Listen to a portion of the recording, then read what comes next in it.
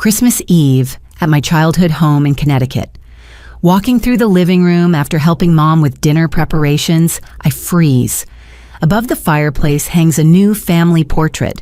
My parents, my younger sister Madison, my older brother Ryan, their spouses, their children. Everyone except me.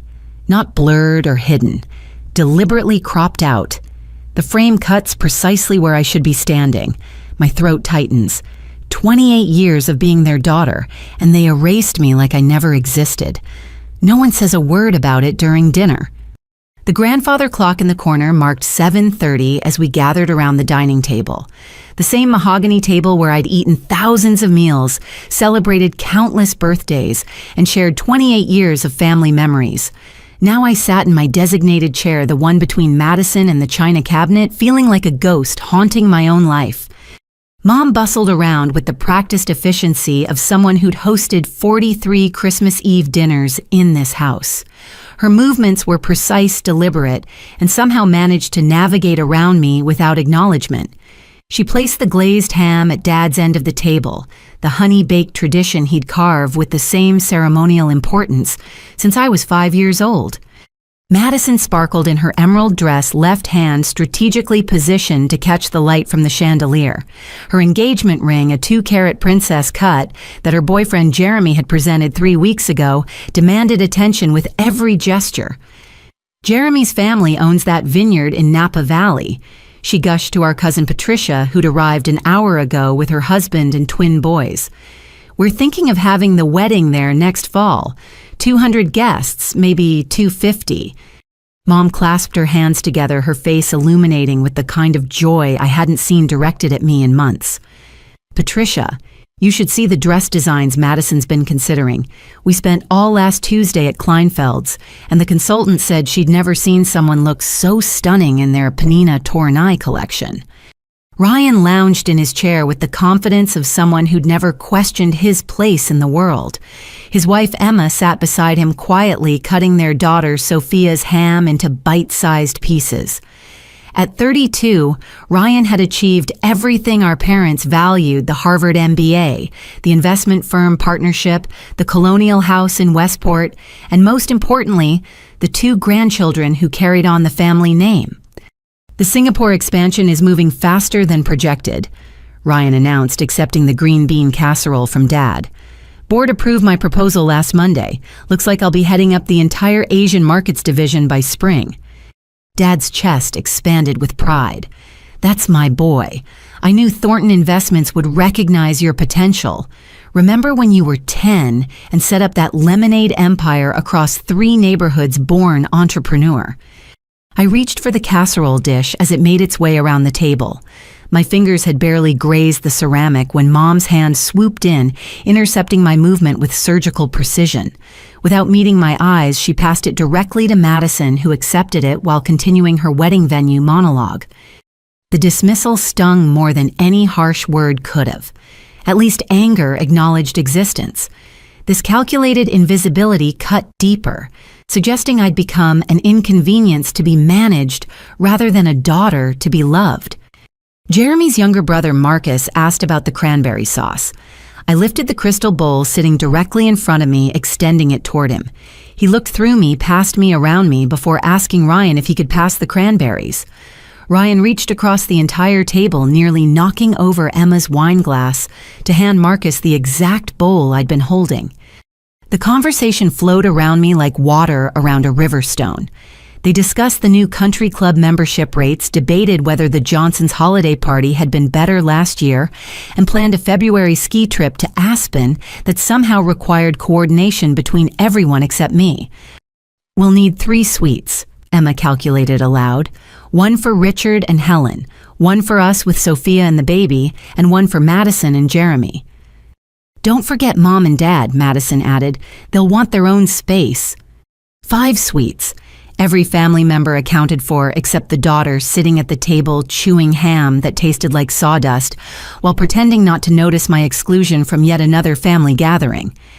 Tyler, my 6-year-old nephew, provided the evening's only genuine interaction. He'd been watching me throughout dinner with the uncomplicated curiosity children possessed before adults taught them to look away. His dark hair stuck up in defiant cowlicks, despite Emma's attempts to tame it with gel, and his Christmas sweater featured a T-Rex wearing a Santa hat. "Aunt Lindsay," he piped up during a lull in Madison's description of wedding flower arrangements. His clear voice cut through the adult chatter like a bell. "How come you're not in the new picture?" The table froze. Forks suspended midway to mouths, wine glasses halted at lips. Even baby Charlotte seemed to pause her babbling as 13 pairs of eyes found anywhere to look except at me or Tyler. "What picture, sweetheart?" I kept my voice gentle, though my pulse hammered in my throat. Tyler pointed toward the living room with his fork sending a green bean flying onto the cream tablecloth. "The big one over the fireplace. Mommy and Daddy are in it, and Grandma and Grandpa and Aunt Madison and Uncle Jeremy, but you're not there. Did you have to work?" Mom's recovery was swift and practiced. "Tyler, honey, would you like to open one present early? I think Santa might have left something special under the tree just for good boys who eat all their vegetables." "Really?" Tyler's attention shifted instantly, the question forgotten in the promise of early gift gratification. "Can I pick which one?" "Just one small one," Emma added quickly, shooting a grateful look at Mom. "And finish your ham first." Dad pushed back from the table abruptly, his chair scraping against the hardwood floor. "I'll clear some of these plates. Make room for dessert." He began collecting dishes with uncharacteristic helpfulness, gathering plates that still held half-finished portions of food. Ryan jumped up to assist, suddenly concerned with kitchen duties he'd ignored for 32 years. "Let me help with those, Dad. Emma, why don't you take Tyler to pick out that present?" The orchestrated chaos successfully diverted attention from Tyler's innocent question, but the damage was done. The careful facade cracked just enough to reveal the deliberate nature of their performance. This wasn't thoughtless oversight or benign neglect. This was calculated erasure, and Tyler had almost exposed it. Patricia's husband, Derek, attempted to restart conversation, asking about the renovations to the guest bathroom. Mom latched onto the topic with desperate enthusiasm, describing tile patterns and fixture choices with the kind of detail typically reserved for doctoral dissertations. I pushed green beans around my plate, creating small patterns in the cranberry sauce, while the family rebuilt their wall of normalcy brick by brick. Madison resumed her wedding planning monologue. Ryan returned to discussing quarterly projections. Mom distributed dessert plates with mathematical precision that kept her from acknowledging my existence. But something had shifted. The mask had slipped, and we all knew it. Tyler's question hung in the air like incense, invisible but undeniably present. "How come you're not in the new picture?" 6 words from a child that exposed months of careful orchestration. As Mom brought out her famous chocolate trifle, I caught Dad glancing at the living room doorway. Just for a second, his eyes flickered toward the portrait, then back to his dessert plate. In that momentary lapse, I saw something that might have been guilt or regret or simply discomfort at the complexity of maintaining this charade. But the moment passed. The performance resumed, and I remained at the table, but not a bit present, but erased their daughter, who'd been edited out of the family portrait and apparently out of their lives. The bedroom door clicked shut behind me with a soft finality that echoed in my chest. My childhood sanctuary looked the same at first glance. Lavender walls I'd chosen at 13, the white furniture set Dad assembled while grumbling about Swedish instruction manuals, the window seat where I'd spent countless hours reading. But something felt different, like looking at a familiar photograph where someone had subtly altered the shadows. I kicked off my heels and padded across the carpet in stockings drawn to the built-in shelves flanking the window. The emptiness hit me first. Where my high school soccer trophies once stood in proud formation, only dust outlines remained. 3 years of varsity championships, the MVP award from senior year, the scholar athlete recognition, all vanished. The shelf that had sagged slightly under their weight now held a sparse collection of generic ceramic birds that could have come from any department store, clearance rack. My fingers traced the clean rectangles in the dust. These weren't recently removed. The dust patterns had settled and resettled, creating ghost images of achievements that someone had decided no longer deserved display. I sneezed from the disturbed particles and noticed even that sound seemed to disappear too quickly, absorbed by a room that was learning to forget me.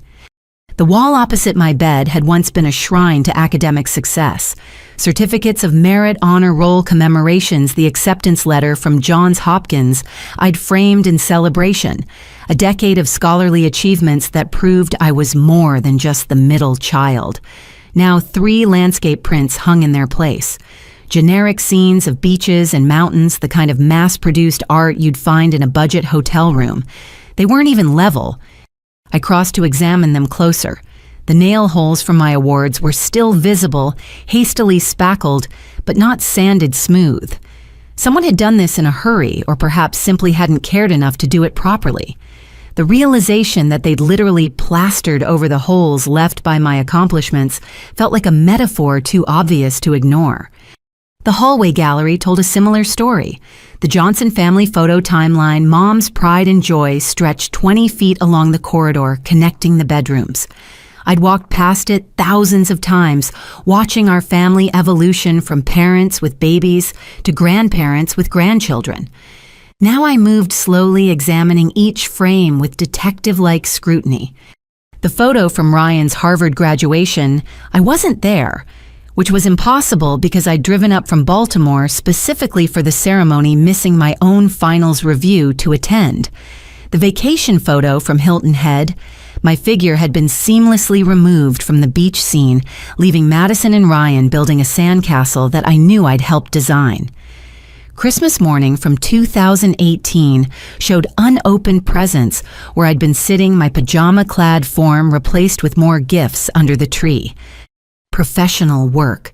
Not someone's clumsy attempt with a photo app, but actual professional editing that cost money and required effort. They'd invested time and resources into erasing me from our visual history. My stomach churned as I continued down the hall. Some photos remained untouched, ones where I appeared alone or could be cropped without destroying the composition. But every group shot every family milestone, every celebration where my presence would be conspicuous by its absence had been carefully sanitized. The guest bathroom offered another revelation. Mom kept a rotating display of family photos on the small shelf above the towels, updating them seasonally. I found myself there among the current selection, but relegated to the back row, hidden behind larger frames, featuring Madison's engagement photos and Sophia's first birthday party. When I moved the front photos aside, I discovered my college graduation portrait, my promotion celebration at Hartford Hospital, even the photo from my 25th birthday dinner at their house. All present but purposefully obscured, like keeping someone's number in your phone but never intending to call. Back in my room, I sat heavily on the bed, processing the calculated nature of this erasure. The digital clock on my nightstand glowed 10:47. Downstairs, I could hear the muffled sounds of the family enjoying dessert and coffee, their laughter filtering through the floorboards. Tyler's excited voice rose above the others. He must have opened his early present. I pulled open my old desk drawer, seeking anything that remained unchanged. The drawer stuck slightly, the wood swollen from decades of Connecticut humidity. Inside, the familiar chaos of teenage keepsakes greeted me: dried corsages from school dances, ticket stubs from concerts, a friendship bracelet Sarah made at summer camp. Normal archaeological layers of a life lived. But there, tucked beneath my junior year yearbook, was something that didn't belong. A manila folder, crisp and new among the aged memories. My name written across the tab in Mom's precise handwriting, Lindsay Documentation. My hands trembled slightly as I extracted the folder. Inside, paper clipped together with Mom's characteristic organizational fervor, were receipts. Not just any receipts. Invoices from Photo Memories, plus a professional photo editing service. The dates jumped out at me: September 15th, September 22nd, October 3rd. A systematic campaign conducted over weeks. The itemized services made my chest tighten. Complex person removal, 12 images. Background reconstruction, 8 images. Shadow and reflection elimination, 15 images. Full portrait modification, 1 large format. The costs were staggering. $75 per complex edit, $150 for the large portrait. The final total circled in red pen, $1,200. $1,200 to erase a daughter from family history. I sank onto the floor back against the bed receipt spreading across my lap.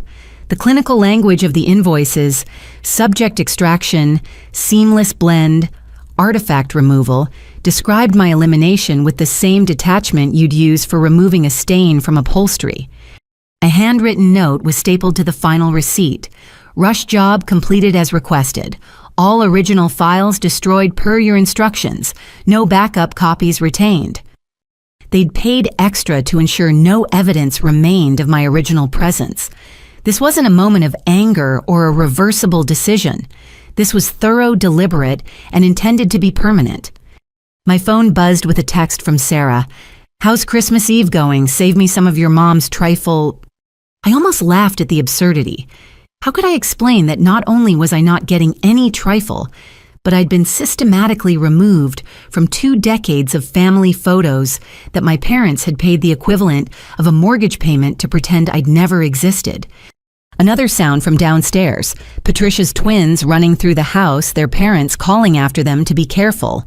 The normal chaos of a family gathering, one I was supposedly part of but had been edited out of like a mistake in post-production. I stood slowly, my reflection catching in the mirror over my dresser. Still there, still real, despite their best efforts to delete me.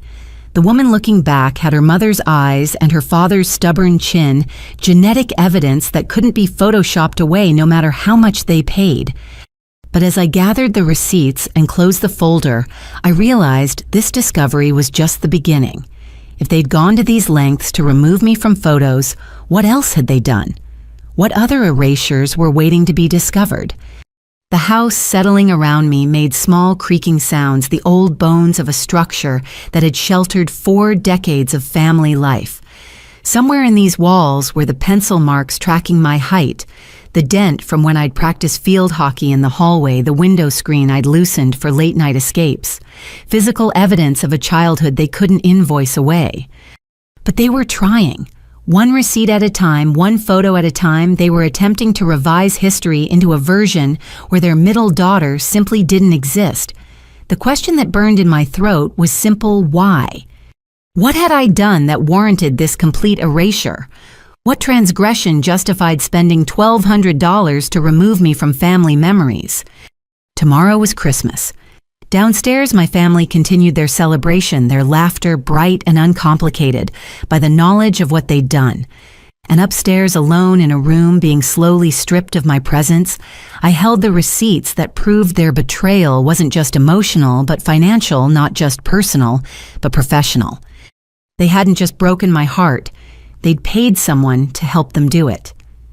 My phone screen illuminated the darkness of my childhood bedroom as I typed out a message to Sarah. 11:23 on Christmas Eve.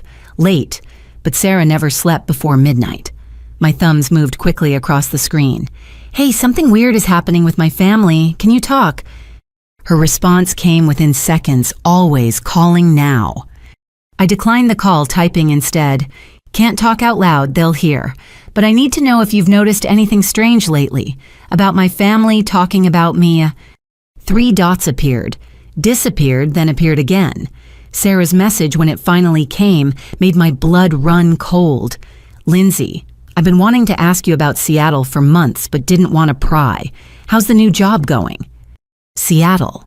I stared at the screen, rereading her words 3 times. "Sarah, what are you talking about? I live in Hartford. Have for 3 years. What Seattle job?"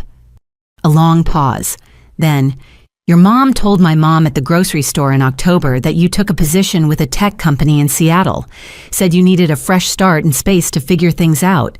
She seemed really proud, but also sad you were so far away." My fingers shook as I typed, "I work at Hartford Hospital, same job for 3 years. I live 40 minutes away. I've never even been to Seattle."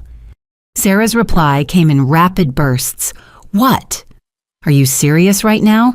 Your mom gave this whole speech about supporting your independence. She said you were too busy to visit, but video called weekly. Lindsay, what is happening? I switched to our message thread and scrolled up, finding photos from just last month. Me at my Hartford apartment, me at the hospital's Halloween party, me getting coffee at our usual spot on Farmington Avenue. I screenshotted everything and sent them to Sarah.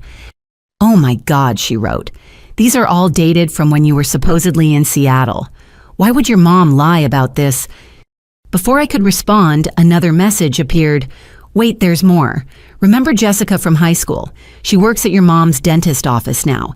She told me your mom mentioned you were studying abroad, something about a fellowship in London."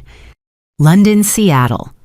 The lies multiplied like cells dividing, each one creating its own alternate reality, where I existed somewhere else, anywhere else but here. "I need you to tell me everything," I typed.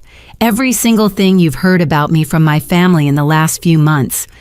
Sarah's information came in a flood. My mom had told the hairdresser I was dealing with a difficult breakup and needed space. My dad had informed his golf buddies I was on a meditation retreat in Arizona. Madison had posted on social media about missing her sister who was following her dreams across the country. Each lie more elaborate than the last, each one carefully crafted to explain my absence from family events no one had bothered to invite me to. "There's something else," Sarah typed after a pause. "Your family had a huge Thanksgiving dinner, like extended family from all over. Jessica saw the photos on your mom's Facebook. You weren't there, but the caption said, 'So grateful to have the whole family together.' People commented asking about you, but your mom just heart-reacted their comments without responding. I minimized our conversation and opened Facebook, navigating to mom's profile. I rarely checked social media, finding the performance of perfect lives exhausting. But there it was, a photo album titled Thanksgiving Blessings 2024. 67 photos of aunts, uncles, cousins, and family friends gathered in our dining room around our table in front of our fireplace. The same rooms I'd occupied just hours ago, filled with people I hadn't seen in months. The comments made my stomach turn. "Where's Lindsay missing your middle child? Tell Lindsay we missed her. Hope Lindsay could join by video at least." Each comment met with mom's heart reaction and nothing more. Silent acknowledgement that deflected without answering. I screenshotted everything and returned to Sarah. "I need more information. Can you ask around carefully? I need to know what other stories they're telling." While Sarah worked her network, I texted my Aunt Jennifer, Dad's younger sister. She lived in Boston and had always been the family rebel, the one who asked uncomfortable questions at holiday dinners and refused to pretend problems didn't exist.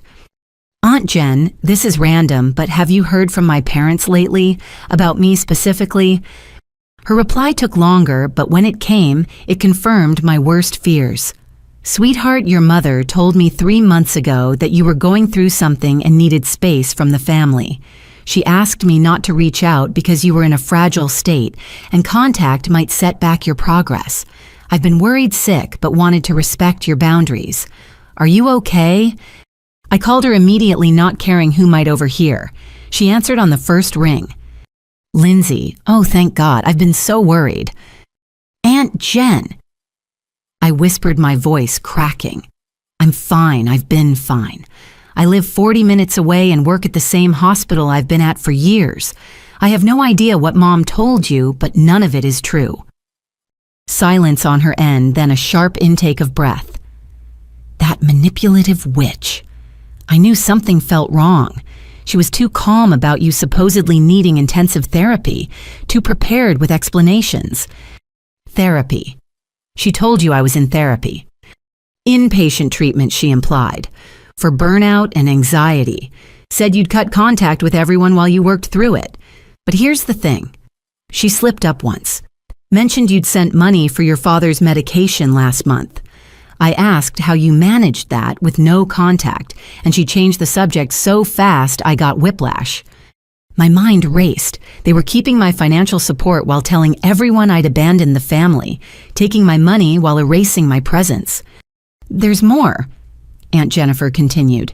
"I ran into your grandmother at the market last month. She thinks you're studying international business in Prague. Apparently, you send her postcards every week.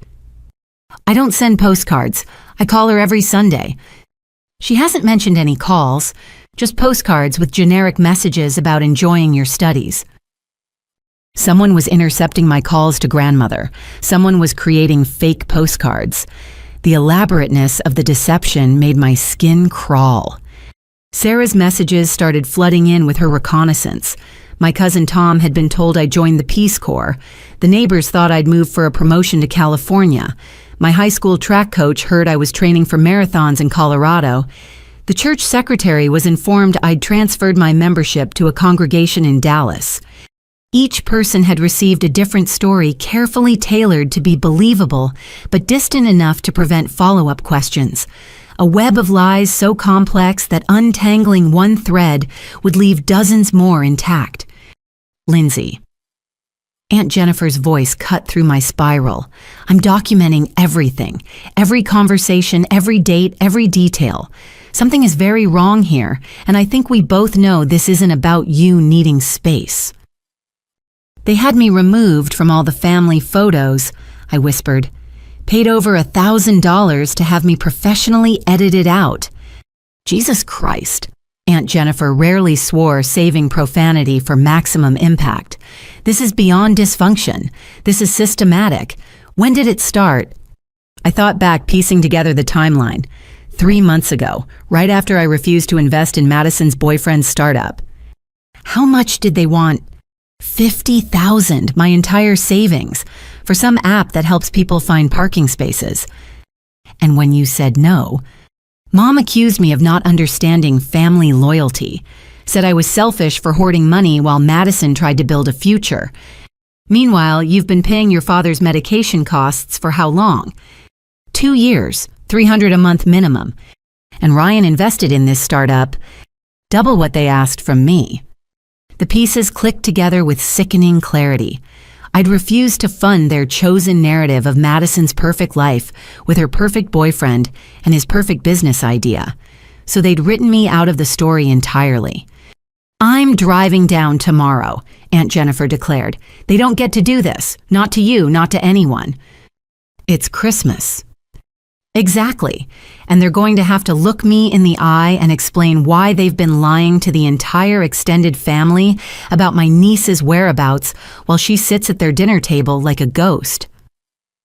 After we hung up, I sat in the darkness phone, warm in my hands from the constant use. The house had gone quiet, family members retreating to their assigned rooms. In a few hours, they'd wake for Christmas morning, perform their gift exchanges, and continue pretending I didn't exist. But now I knew the extent of their deception. It wasn't just photos and portraits. They'd created an entire alternate universe where I was always somewhere else, living a dozen different lives in a dozen different cities, too busy or troubled or distant to be present. The irony wasn't lost on me. They'd spent more effort maintaining these lies than it would have taken to simply include me. The energy required to remember which story they'd told, which person to intercept calls and fake postcards to edit photos and coordinate deceptions, it must be exhausting. And for what? Because I wouldn't risk my financial future on Madison's boyfriend's sure-to-fail startup. Because I'd chosen fiscal responsibility over their version of family loyalty. My phone buzzed with one final text from Sarah. Lindsay, there's one more thing. I overheard my mom on the phone with yours yesterday. Your mom said something about, once the papers are finalized, everything will be cleaner. What papers is she talking about? I stared at the message, a new chill running through me. What papers? What else were they planning to finalize?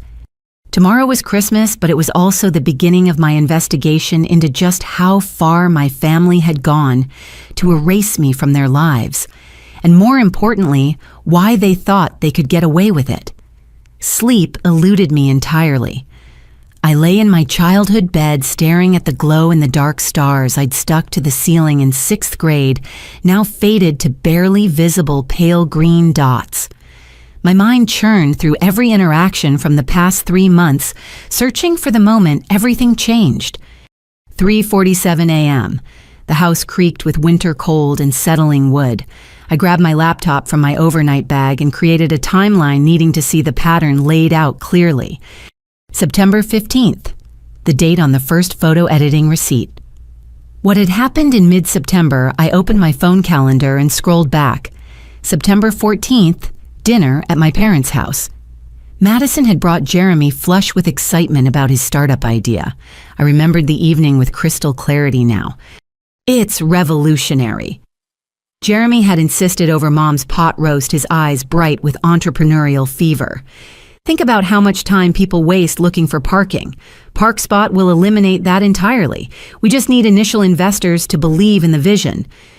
Mom had beamed at him like he'd announced a cure for cancer. Jeremy, that's brilliant. Lindsay, isn't this exactly the kind of innovation hospitals need? Think of all the patients who struggle to find parking for appointments.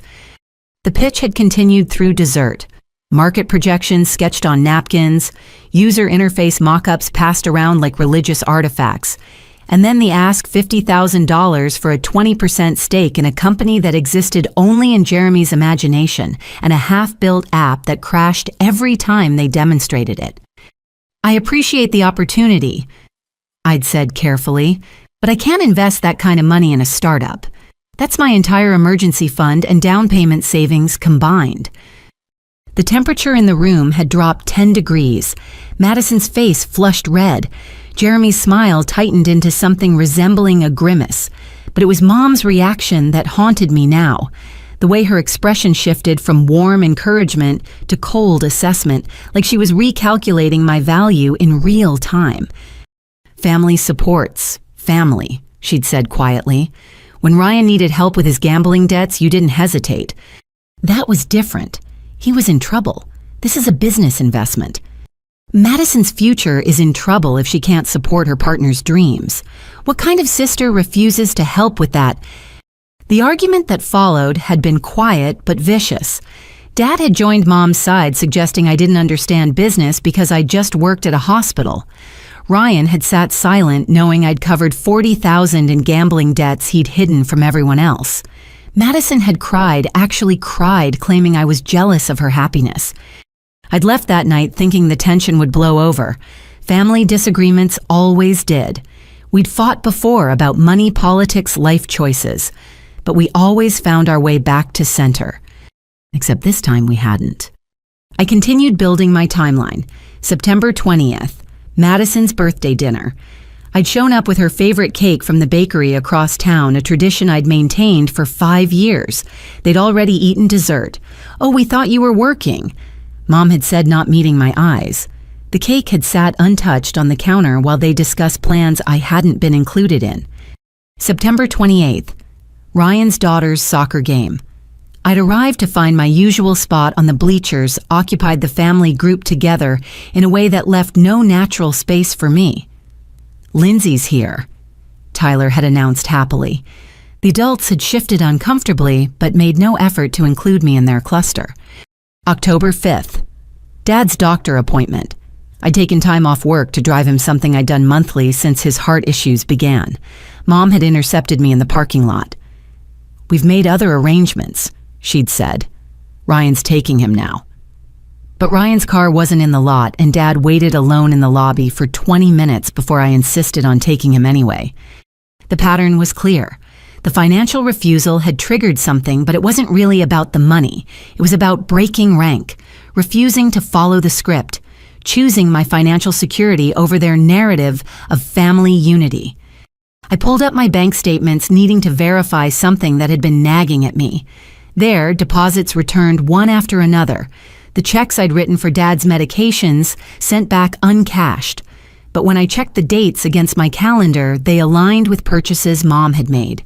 She'd returned my checks while buying the medications herself, creating a paper trail that suggested I'd stopped helping. My phone buzzed with a text from an unknown number. At 4:12 a.m., it could only be bad news or wrong number. I opened it cautiously. Hi, Lindsay, this is Marcus Lynn from The Current. Strange question, but did your family submit an obituary for you?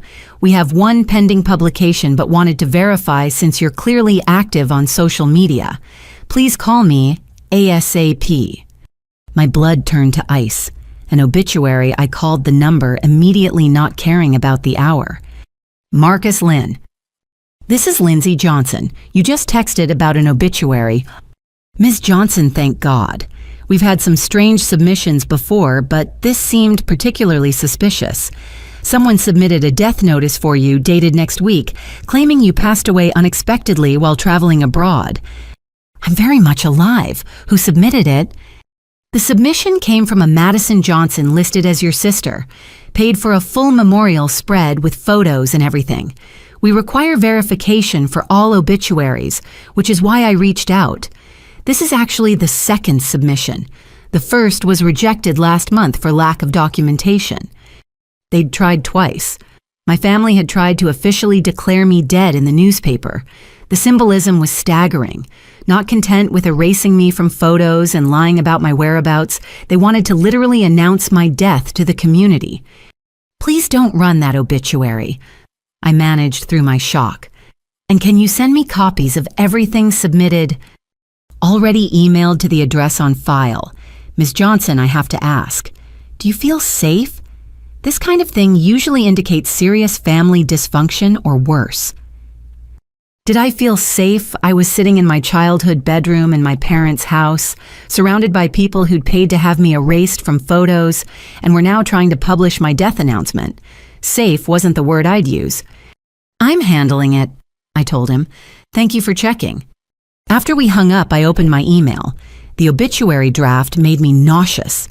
They'd written about my adventurous spirit, taking me far from home, my independent nature that kept me distant from family, my unexpected passing while pursuing dreams abroad. They'd included photos, ones where I appeared alone, carefully selected to avoid showing me with any family members. The memorial service was scheduled for next Friday. They were planning to hold a funeral for their living daughter. I thought about Tyler asking why I wasn't in the portrait, about the extended family gathering for Thanksgiving without me, about the different cities they'd scattered me across in their lies. It all led to this, a final erasure that would explain my permanent absence. But why the $50,000 refusal had started it, but this escalation suggested something deeper. I opened my laptop again and started searching, using skills learned from years of medical research to investigate my own family. Ryan's social media revealed the truth about ParkSpot. Post after post from Jeremy about pivoting to meet market demands and exploring new funding opportunities. Startups speak for failure.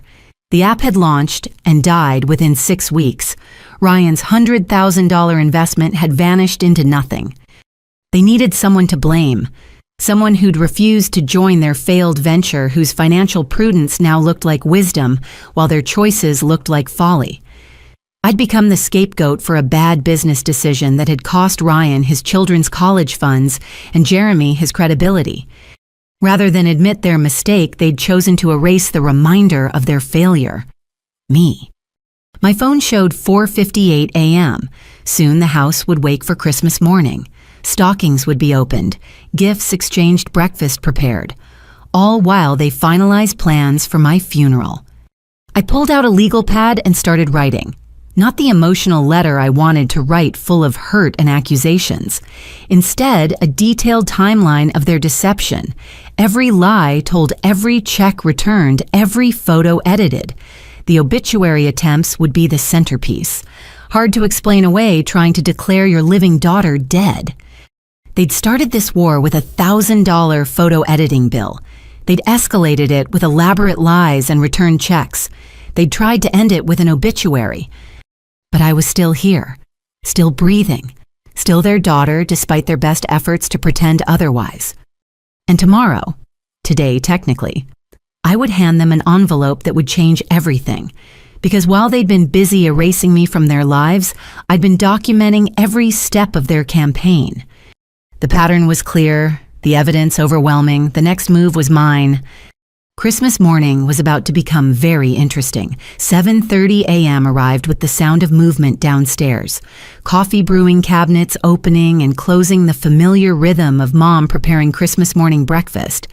I'd showered and dressed carefully, professional slacks and a cashmere sweater that said successful adult daughter rather than family disappointment. My overnight bag was already packed, sitting by the door like an escape pod. I descended the stairs to find the living room transformed into a gift-wrapping explosion. Presents spilled from beneath the tree in coordinated paper, silver and gold for the adults, bright reds and greens for the children. The stockings hung in their traditional order: Dad, Mom, Ryan, Madison. The empty hook where mine should have hung seemed to grow larger the longer I stared at it. "Morning," I said to the room at large. Dad glanced up from his newspaper, gave a brief nod, then returned to the sports section. Mom bustled past carrying a tray of cinnamon rolls, her Christmas apron proclaiming Grandma's Kitchen in embroidered letters. She moved around me like I was furniture. Madison emerged from the kitchen carrying orange juice, her silk pajamas, and perfectly styled hair, making her look like a Christmas morning stock photo. "Jeremy's on his way," she announced. He had to stop by his parents first. Ryan and Emma appeared with the children, Sophia racing toward the tree, while Tyler rubbed sleep from his eyes. Emma carried baby Charlotte, who gurgled happily in her Christmas onesie. The perfect family tableau missing only one component: acknowledgement that I existed. I took my usual seat on the love seat, holding the gift bags I'd brought. They sat beside me like evidence at a trial wrapped in paper I'd chosen specifically. Silver with snowflakes, the same pattern Mom used for special presents. Inside were thoughtful gifts selected months ago before I knew I was being systematically erased. A first edition Virginia Woolf for Mom, who collected rare books. The vintage Swiss Army watch Dad had admired in an antique shop window. A spa weekend voucher for Madison. Rare bourbon for Ryan. Gifts for a family that was attempting to declare me dead. "Present time," Mom announced with forced cheer. She settled into her director's chair. Yes, she had a specific chair for gift distribution, and began calling out names. "This one's for Sophia from Santa. Tyler, here's yours from Grandpa. Emma, this lovely box is from Madison." The performance unfolded with practiced precision. Each gift opened with appropriate exclamations, photos taken at optimal moments, thank yous exchanged with huggers and kisses. My gifts sat untouched beside me, invisible as their giver. Tyler provided the first crack in the facade. "What about Aunt Lindsay's presents?" He pointed to my gift bags with the directness only children possess. "She brought lots of them." Mom's smile never wavered. "We'll handle those later, sweetheart. Look, here's another one for you." But Tyler, bless his persistent heart, wasn't so easily distracted. He marched over to my love seat and picked up the bag with his name on it. "This one says Tyler. That's me. Can I open it, Aunt Lindsay?" "Of course, buddy." I helped him with the ribbon, ignoring the laser stares from around the room. Inside was a build-your-own robot kit I'd selected, knowing his love for both construction and technology. His eyes widened as he examined the components. "This is awesome, Mom. Look, it has real circuits and everything." Emma's face cycled through several emotions before settling on strained politeness. "That's very nice. What do we say, Tyler?" "Thank you, Aunt Lindsay." He threw his arms around me in an enthusiastic hug that felt like the first genuine warmth I'd experienced in months. "Will you help me build it?" Later, Ryan interjected. "Aunt Lindsay is probably leaving soon." "But she just got here yesterday," Tyler protested. "And she hasn't opened any presents. How come there's nothing under the tree for her?" The question hung in the air like an accusation. Madison fidgeted with her engagement ring. Mom suddenly needed to check on something in the kitchen. Dad disappeared behind his newspaper fortress. Even baby Charlotte seemed to sense the tension, her happy gurgling replaced by uncertain whimpers. "I don't need presents," I said gently to Tyler. "Seeing you enjoy yours is gift enough." It was the kind of gracious deflection they should have appreciated, but Tyler wasn't finished. "But everyone gets presents at Christmas. It's the rule. Even Charlotte got presents, and she's just a baby." From the kitchen doorway, Mom's voice carried false brightness. "Who wants special Christmas morning French toast?" The subject change worked on the younger generation, sending them racing toward the dining room. but the damage was done. Tyler's innocent observations had highlighted the absurdity of their charade. I was present but giftless, acknowledged by a 6-year-old but invisible to adults, bringing presents but receiving nothing in return. Madison opened my gift to her in my absence, something I only noticed when I passed the dining room and saw her examining the spa voucher. She quickly shoved it into her pajama pocket when she caught my eye, as if accepting my gift, while ignoring my existence wasn't a contradiction worth examining. Breakfast became another exercise in complicated logistics. 13 place settings at the extended dining table, arranged to suggest completeness while excluding one person. I stood holding my coffee mug, surveying the careful choreography. "Lindsay, there's a TV tray in the hall closet," Mom suggested without looking up from her place-setting adjustments. "You could set up in the living room if you're hungry." A TV tray on Christmas morning, while the family gathered around the formal dining table I'd eaten at for 28 years. The suggestion was so insulting that even Ryan shifted uncomfortably in his seat. "I'll stand, thanks." I leaned against the doorframe, sipping coffee while watching them navigate around the elephant in the room. Jeremy arrived just as they were sitting down, apologizing for his lateness with charm that didn't quite reach his eyes. He kissed Madison's cheek and took the seat that would have been mine in any normal year. "Great spread, Helen," he complimented Mom. "You've outdone yourself." "Oh, Jeremy, you're family now." Mom beamed at her future son-in-law while her actual daughter stood 6 feet away like a specter at the feast. "I made your favorite. Apple cinnamon French toast." My favorite. She'd made my favorite breakfast for the man whose failed business venture had started this entire catastrophe. The irony was sharp enough to cut. Patricia and Derek arrived with the twins as breakfast concluded, adding to the chaos. More greetings, more gifts, more careful navigation around my presence. Patricia hugged everyone except me, not from malice, but from uncertainty, picking up on the family's cues without understanding them. I helped clear plates, moving through the kitchen with the efficiency of someone who'd performed these tasks countless times. Mom worked beside me in silence, our movements a practiced dance of avoidance. She washed, I dried, neither acknowledging the strange intimacy of shared chores amidst emotional warfare. "The Roberts are stopping by this afternoon," she mentioned to the air above my left shoulder. "And the Hendersons. Madison wants to show off her ring to everyone." An announcement disguised as small talk. More people would arrive to witness my erasure, to see the family portrait missing one face, to participate unknowingly in the charade. I wondered if they'd notice my absence from the photos, or if, like everything else, it would be explained away with lies about Seattle and London and wherever else they'd scattered me in their fiction. Tyler found me in the kitchen as I finished the dishes. He carried the robot kit instructions already unfolded and studied with the intensity of a scholar. "Aunt Lindsay, it says we need a Phillips head screwdriver. Do you have one? Let's check the garage," I suggested, grateful for the excuse to escape. We spent the next hour assembling tiny parts while the house filled with extended family and friends. Tyler chattered about school and friends and his plans to become either a robot designer or a dinosaur hunter, possibly both. Normal aunt-nephew bonding that felt revolutionary in its simplicity. "Why don't you come to my soccer games anymore?" he asked, suddenly tiny fingers working to connect circuit boards.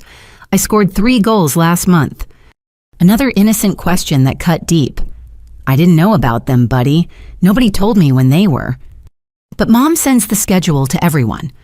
His brow furrowed with confusion. "She makes a big email list. All the grandparents and aunts and uncles get it. All except one, apparently. Add it to the list of small erasures, school plays uninvited to soccer games, unannounced birthday parties that happened without me.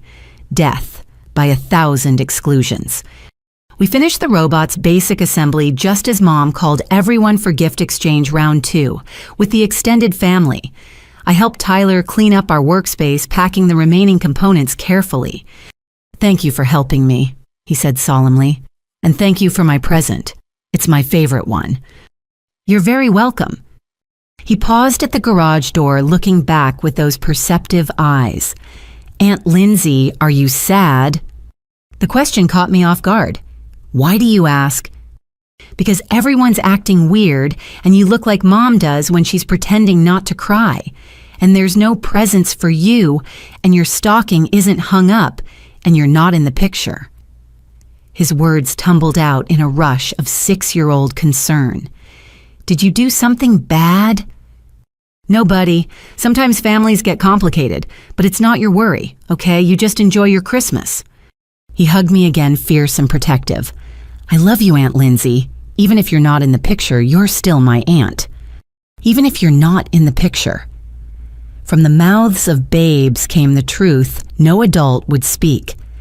I was still family despite their best efforts to pretend otherwise. Tyler ran off to show his robot progress to anyone who'd listen, leaving me alone in the garage with the echo of unconditional love from the one family member too young to learn the rules of exclusion. When I returned to the house, the second wave of gift exchange was in full swing. More presents, distributed more photos, taken more performed joy that carefully cropped me out of frame. I stood in the archway between rooms, visible but unacknowledged, holding my unopened gifts like props in a play where I'd been written out of the script. The portrait above the fireplace seemed to grow larger with each passing hour, the missing space where I should have been becoming a void that pulled all attention. Visitors glanced at it, then at the family, some mental arithmetic not quite adding up. But politeness prevented questions, and the performance continued. Madison modeled her ring for the dozenth time. Ryan discussed market projections with anyone who'd listen. Mom orchestrated social interactions with military precision. Dad retreated to his recliner with the remote control held like a shield. And I existed in the spaces between, neither fully present nor completely absent, a ghost haunting my own life. Christmas morning was ending, but the day stretched ahead with more visitors, more meals, more opportunities for exclusion. The envelope waited in my car, patient and powerful, containing evidence of every lie and erasure. Soon I would hand it to them with instructions not to open it here. Soon the performance would end and reality would crash in. But for now, I watched my family pretend I didn't exist, while Tyler's robot whirred to life in the next room, proof that some connections couldn't be severed by photo editing or lies. The clock on the mantel showed 11:45. In 24 hours, I would return for the family brunch, and everything would change. My Hartford apartment welcomed me with blessed silence after the chaos of performative family dysfunction. 3 p.m. on Christmas Day, and I finally felt like I could breathe again. I dropped my overnight bag by the door, kicked off my heels, and went straight to my home office, a converted second bedroom where I processed the medical reports and case files that defined my professional life. But today I wasn't analyzing patient histories. Today I was documenting my own erasure. I pulled out the banker's box from my closet, the one where I kept important documents, tax returns, insurance policies, and something I'd never thought I'd need. Years of financial records showing support for my family. The task ahead required the same methodical approach I used when preparing clinical presentations. Emotion could come later. Right now, I needed evidence. First, the bank statements. I spread 12 months across my desk, highlighting every check written to my parents. $300 monthly for Dad's cardiac medications. $500 for Mom's physical therapy after her knee replacement. The emergency, $2,000 when their water heater exploded last winter. Each transaction meticulously recorded, creating a paper trail of financial support they now pretended never existed. My laptop powered up and I began creating a comprehensive spreadsheet. Date, amount, purpose, whether the check was cashed or returned. The returned check started in October, $1,200 floating in financial limbo, while my parents told relatives I'd abandoned them. I photographed each returned check front and back, creating digital evidence of their rejection. Next, the photos. I had thousands stored in cloud backups, years of family gatherings they couldn't erase from my personal archives. I selected carefully images that showed my integration into family life. The photo from Mom's 60th birthday where I'd organized the entire surprise party. Ryan's wedding where I'd given a toast that made everyone cry, Madison's college graduation where I'd driven 10 hours straight from my own hospital shift to attend. Each photo told a story of presence they were now denying. I printed them on my high-quality photo printer, arranging them chronologically. Here was proof of existence that no photo memories plus invoice could eliminate. The text messages required more emotional fortitude. I scrolled through years of conversations, screenshotting requests for help I'd always fulfilled. Mom asking me to pick up groceries when Dad had his procedure. Ryan begging for money to cover gambling debts before Emma found out. Madison needing rides, needing advice, needing a sister who always showed up. The evidence of my availability, reliability, and constant presence in their lives filled page after page. Then came the hard part, documenting their recent lies. I created a new folder labeled False Narratives and began compiling the evidence Sarah and Aunt Jennifer had gathered. Screenshots of Madison's social media posts about missing her distant sister. The conflicting stories about my whereabouts, Seattle, London, Prague, Arizona. The Thanksgiving photos showing a complete family gathering I'd never been invited to. I found the photographer's website and located the original family portrait. For $75, I purchased the high-resolution digital file. The metadata confirmed what I already knew. The photo was taken October 2nd, a day I'd specifically arranged my schedule to attend. In the original, I stood between Madison and Ryan, my hand on Mom's shoulder, smiling at the camera with no idea I'd soon be digitally erased. The email to Marcus Lynn at the Current proved invaluable. I printed the entire obituary submission, including the receipt showing Madison had paid $340 for a full memorial spread. They'd selected a photo from my college graduation, one where I appeared alone in cap and gown, no family members visible to complicate their death narrative. I drafted a timeline on legal paper, my handwriting precise and clinical. September 14th, refused $50,000 investment in Park Spot. September 15th, first photo editing receipt dated. September 20th, excluded from Madison's birthday dinner. September 28th, blocked from family seating at soccer game. October 5th, prevented from taking Dad to doctor. October 15th, checks begin being returned. October 30th, false stories about my location begin circulating. November 1st, first obituary submission attempted. November 26th, Thanksgiving gathering held without my knowledge. December 15th, second obituary submission. December 24th, discovered portrait with me edited out. The pattern was clear, deliberate, and documented. This wasn't a misunderstanding or communication breakdown. This was a systematic campaign to remove me from family history. Grace, my lawyer friend, had helped me understand the legal implications. While family members had no obligation to maintain relationships, fraud was another matter. Attempting to publish death notices for living people crossed legal boundaries. Telling different lies to collect sympathy while continuing to accept financial support skirted fraud. The returned checks while claiming I'd stopped helping could be construed as defamation. I wasn't planning to sue my family, but I wanted them to understand that their actions had legal weight, that erasure came with consequences beyond hurt feelings. The medical records came next. 2 years ago, when Dad needed a kidney transplant evaluation, I'd undergone testing as a potential donor. My blood type made me a match, and I'd spent weeks undergoing psychological and physical evaluations. The transplant became unnecessary when medication managed his condition, but the records showed my willingness to literally give an organ for the man now pretending I didn't exist. I included emails from that time, Dad's grateful messages about my sacrifice, Mom's tears of relief that I was willing Ryan's admission that he was terrified to get tested himself, evidence of love that predated their current fiction. The hardest document to write was the personal letter. I went through several drafts, each angrier than the last. Finally, I found the right tone. Calm, factual, but honest about the pain they'd caused. Dear Mom and Dad, this envelope contains evidence of our shared history, the one you paid $200 to erase. Every check, written every event, attended every moment of support freely given. You'll also find documentation of your recent campaign to remove me from family existence, including attempts to publish my obituary while I live 40 minutes away.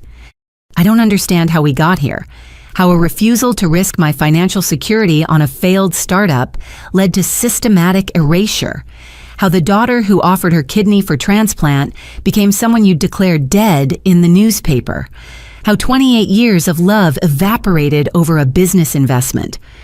The saddest part isn't the photos you edited or the lies you've told, it's that you spent more energy erasing me than it would have taken to simply maintain our relationship.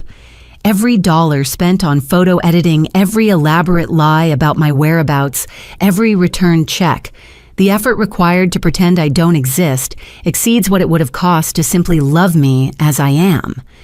I'm establishing boundaries now. Financial support ends immediately.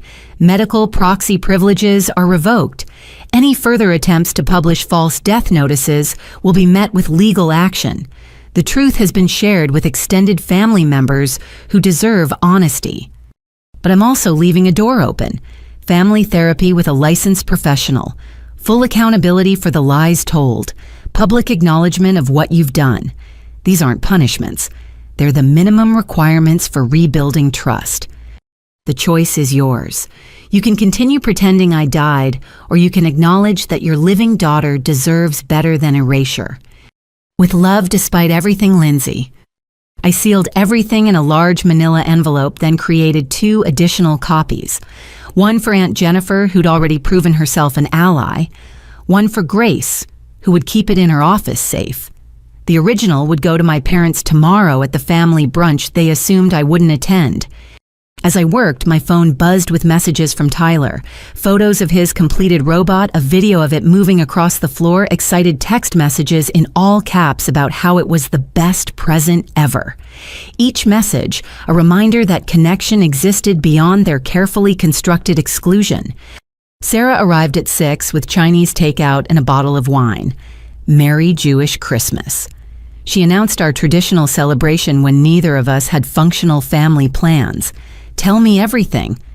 Over Lomin and Merlot, I walked her through the day's discoveries and my planned response. She listened with the attention of a true friend, asking clarifying questions and offering support without judgment. The obituary thing is insane, she said, refilling our wine glasses. Like clinically insane. Who thinks that's a reasonable response to someone not investing in a parking app? People who've confused image with reality, I replied. They've spent so much time curating their perfect family that they forgot families are supposed to include imperfect people who make independent choices. What do you think will happen tomorrow? I considered the question. Honestly, I have no idea. They might double down on the denial. They might explode.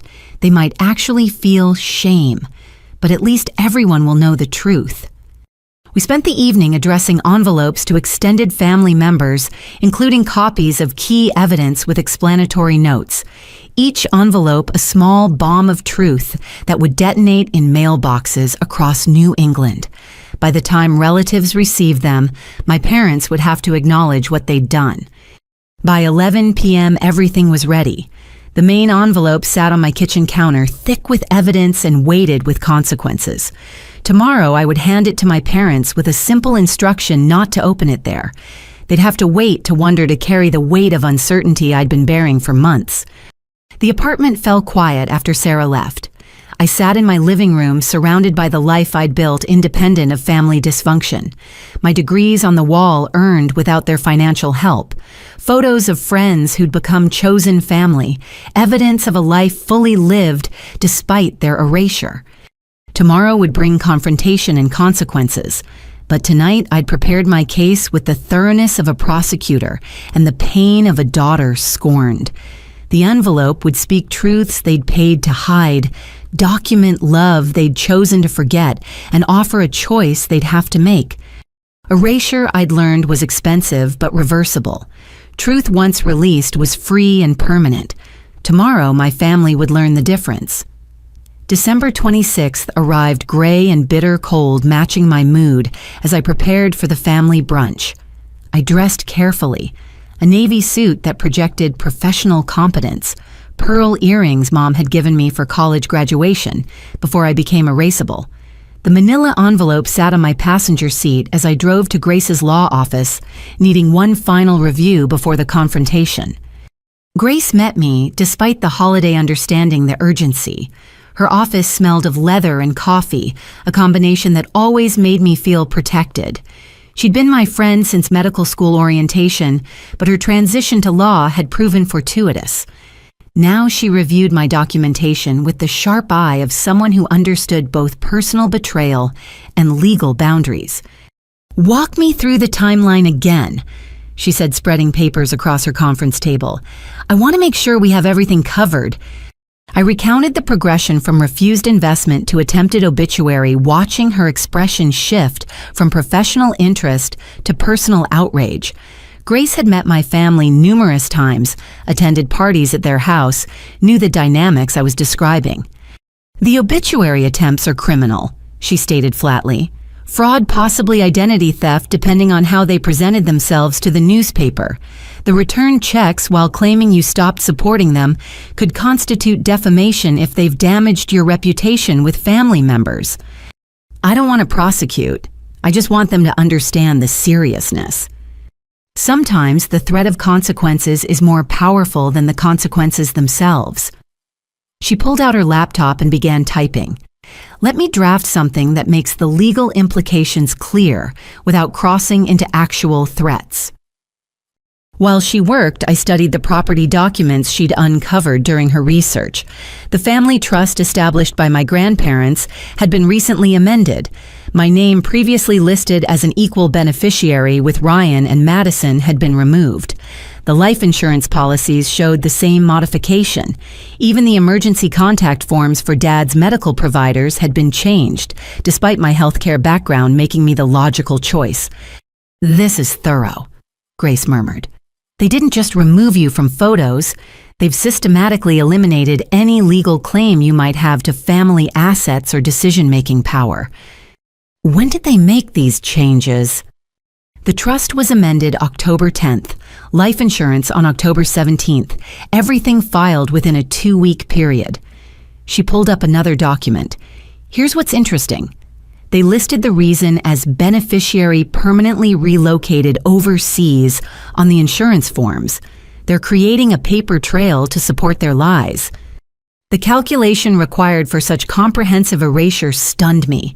While I'd been working extra shifts to cover Dad's medication costs, they'd been meeting with lawyers and insurance agents to write me out of everything. The time invested, the money spent on legal fees, the coordination required. It spoke to a level of commitment that transformed hurt into something colder. "There's more." Grace continued, her expression darkening. "I found something concerning in the trust amendment.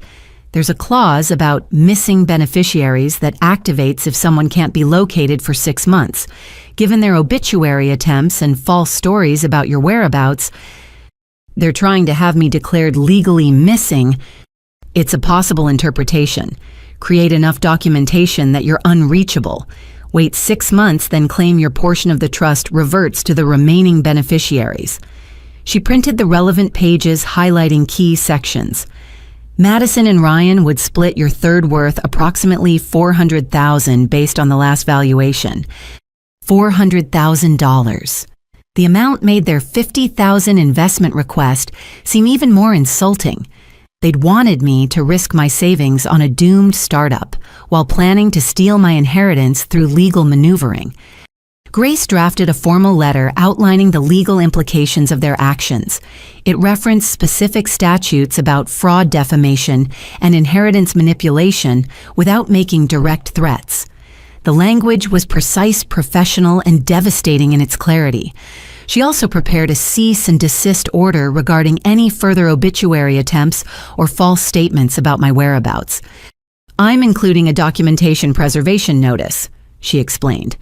"They'll be legally required to maintain all records related to these actions: emails, texts, receipts. If this escalates, we'll need that evidence." While she finalized the documents, I reviewed the medical proxy forms I'd prepared. Previously, my parents held decision-making power if I became incapacitated. The new forms revoked their authority, assigning it to Sarah and Grace instead. It felt strange removing parents from such an intimate role, but I couldn't trust people actively trying to declare me dead with power over my life. "One more thing," Grace said, pulling up her email. "Remember Dr. Patricia Hernandez from the Medical Ethics Board? I reached out to her about the kidney donor situation. She's willing to provide a statement about the psychological evaluation required for living donors. It would emphasize that you underwent significant testing and counseling to potentially save your father's life." I nodded, adding it to the growing pile of evidence. Each document painted a picture of a daughter who'd given everything and received erasure in return. The medical records were particularly damning. Who edits out someone willing to donate an organ? My phone buzzed with a text from Aunt Jennifer. "Just arrived at your parents' house. The extended family is gathering. Your absence has been noticed and questioned. I'm saying nothing until you arrive. Stay strong." "It's time," I told Grace. "The audience is assembled." She handed me the completed legal documents, now bound in a professional folder that added weight to their authority. "Remember, you don't have to explain or justify anything. The documents speak for themselves. If they become hostile, you leave immediately, and we proceed with formal legal channels." What are the odds they'll choose reconciliation over continued denial? Grace considered the question with lawyer-like care. "In my experience, people this invested in a lie rarely abandon it willingly. They've spent months and thousands of dollars creating this fiction. Admitting the truth means acknowledging not just the original conflict, but every subsequent betrayal. That's a lot of shame to process." We arranged the documents in order of impact. Financial records first establishing my history of support, then the evidence of their lies and erasure attempts. The legal implications next making consequences clear. Finally, my personal letter offering a path forward. The folder had weight, physical and metaphorical. "I'll be on call," Grace promised. "If you need immediate legal intervention, just text me." I left her office with 2 copies of everything, one for my parents, one for Aunt Jennifer as witness documentation. The December wind cut through my coat as I walked to my car, but internal resolve kept me warm. Months of confusion and hurt had crystallized into clear action. They'd tried to erase me from family history. Now I would write myself back in with evidence they couldn't delete.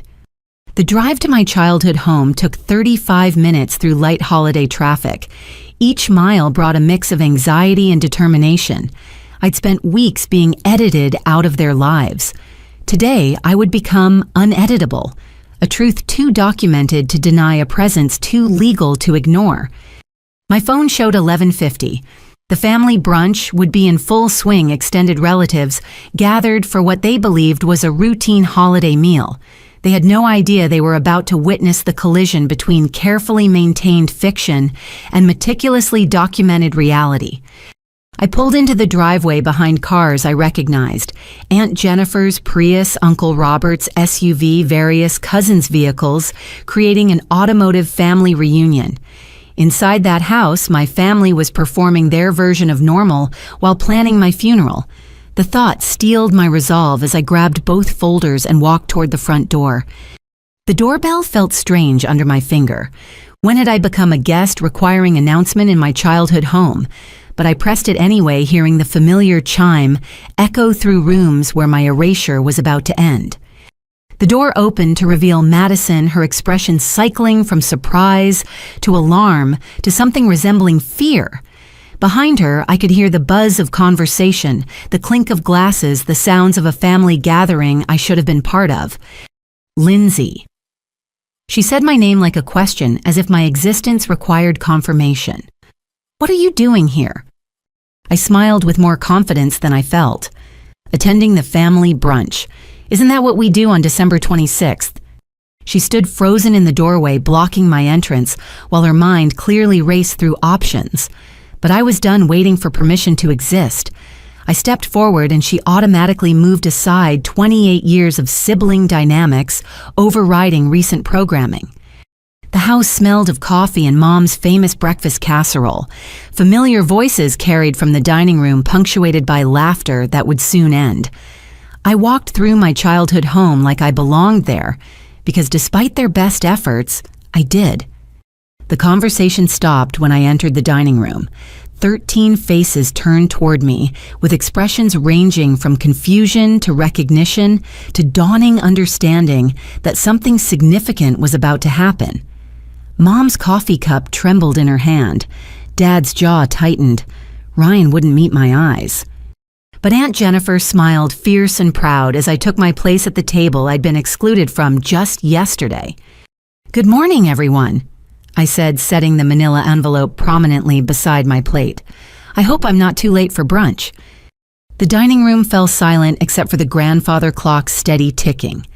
13 pairs of eyes tracked my movement as I pulled out the chair between Aunt Jennifer and Cousin Patricia. My traditional spot at family gatherings left empty, but not eliminated.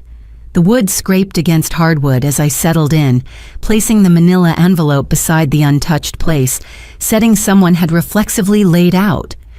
"Lindsay," Mom's voice carried forced brightness. "We weren't expecting you." "Strange," I replied, accepting the coffee pot from Aunt Jennifer. "December 26th brunch has been a family tradition for 15 years. Why wouldn't I be here?" Uncle Robert cleared his throat, his investment banker instincts sensing undercurrents. "We were just discussing your new position in Seattle. Exciting opportunity in tech, your mother says."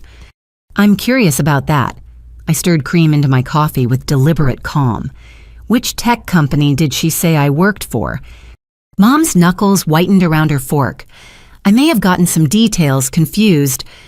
"Microsoft," Madison interjected quickly. "You're with Microsoft's healthcare division."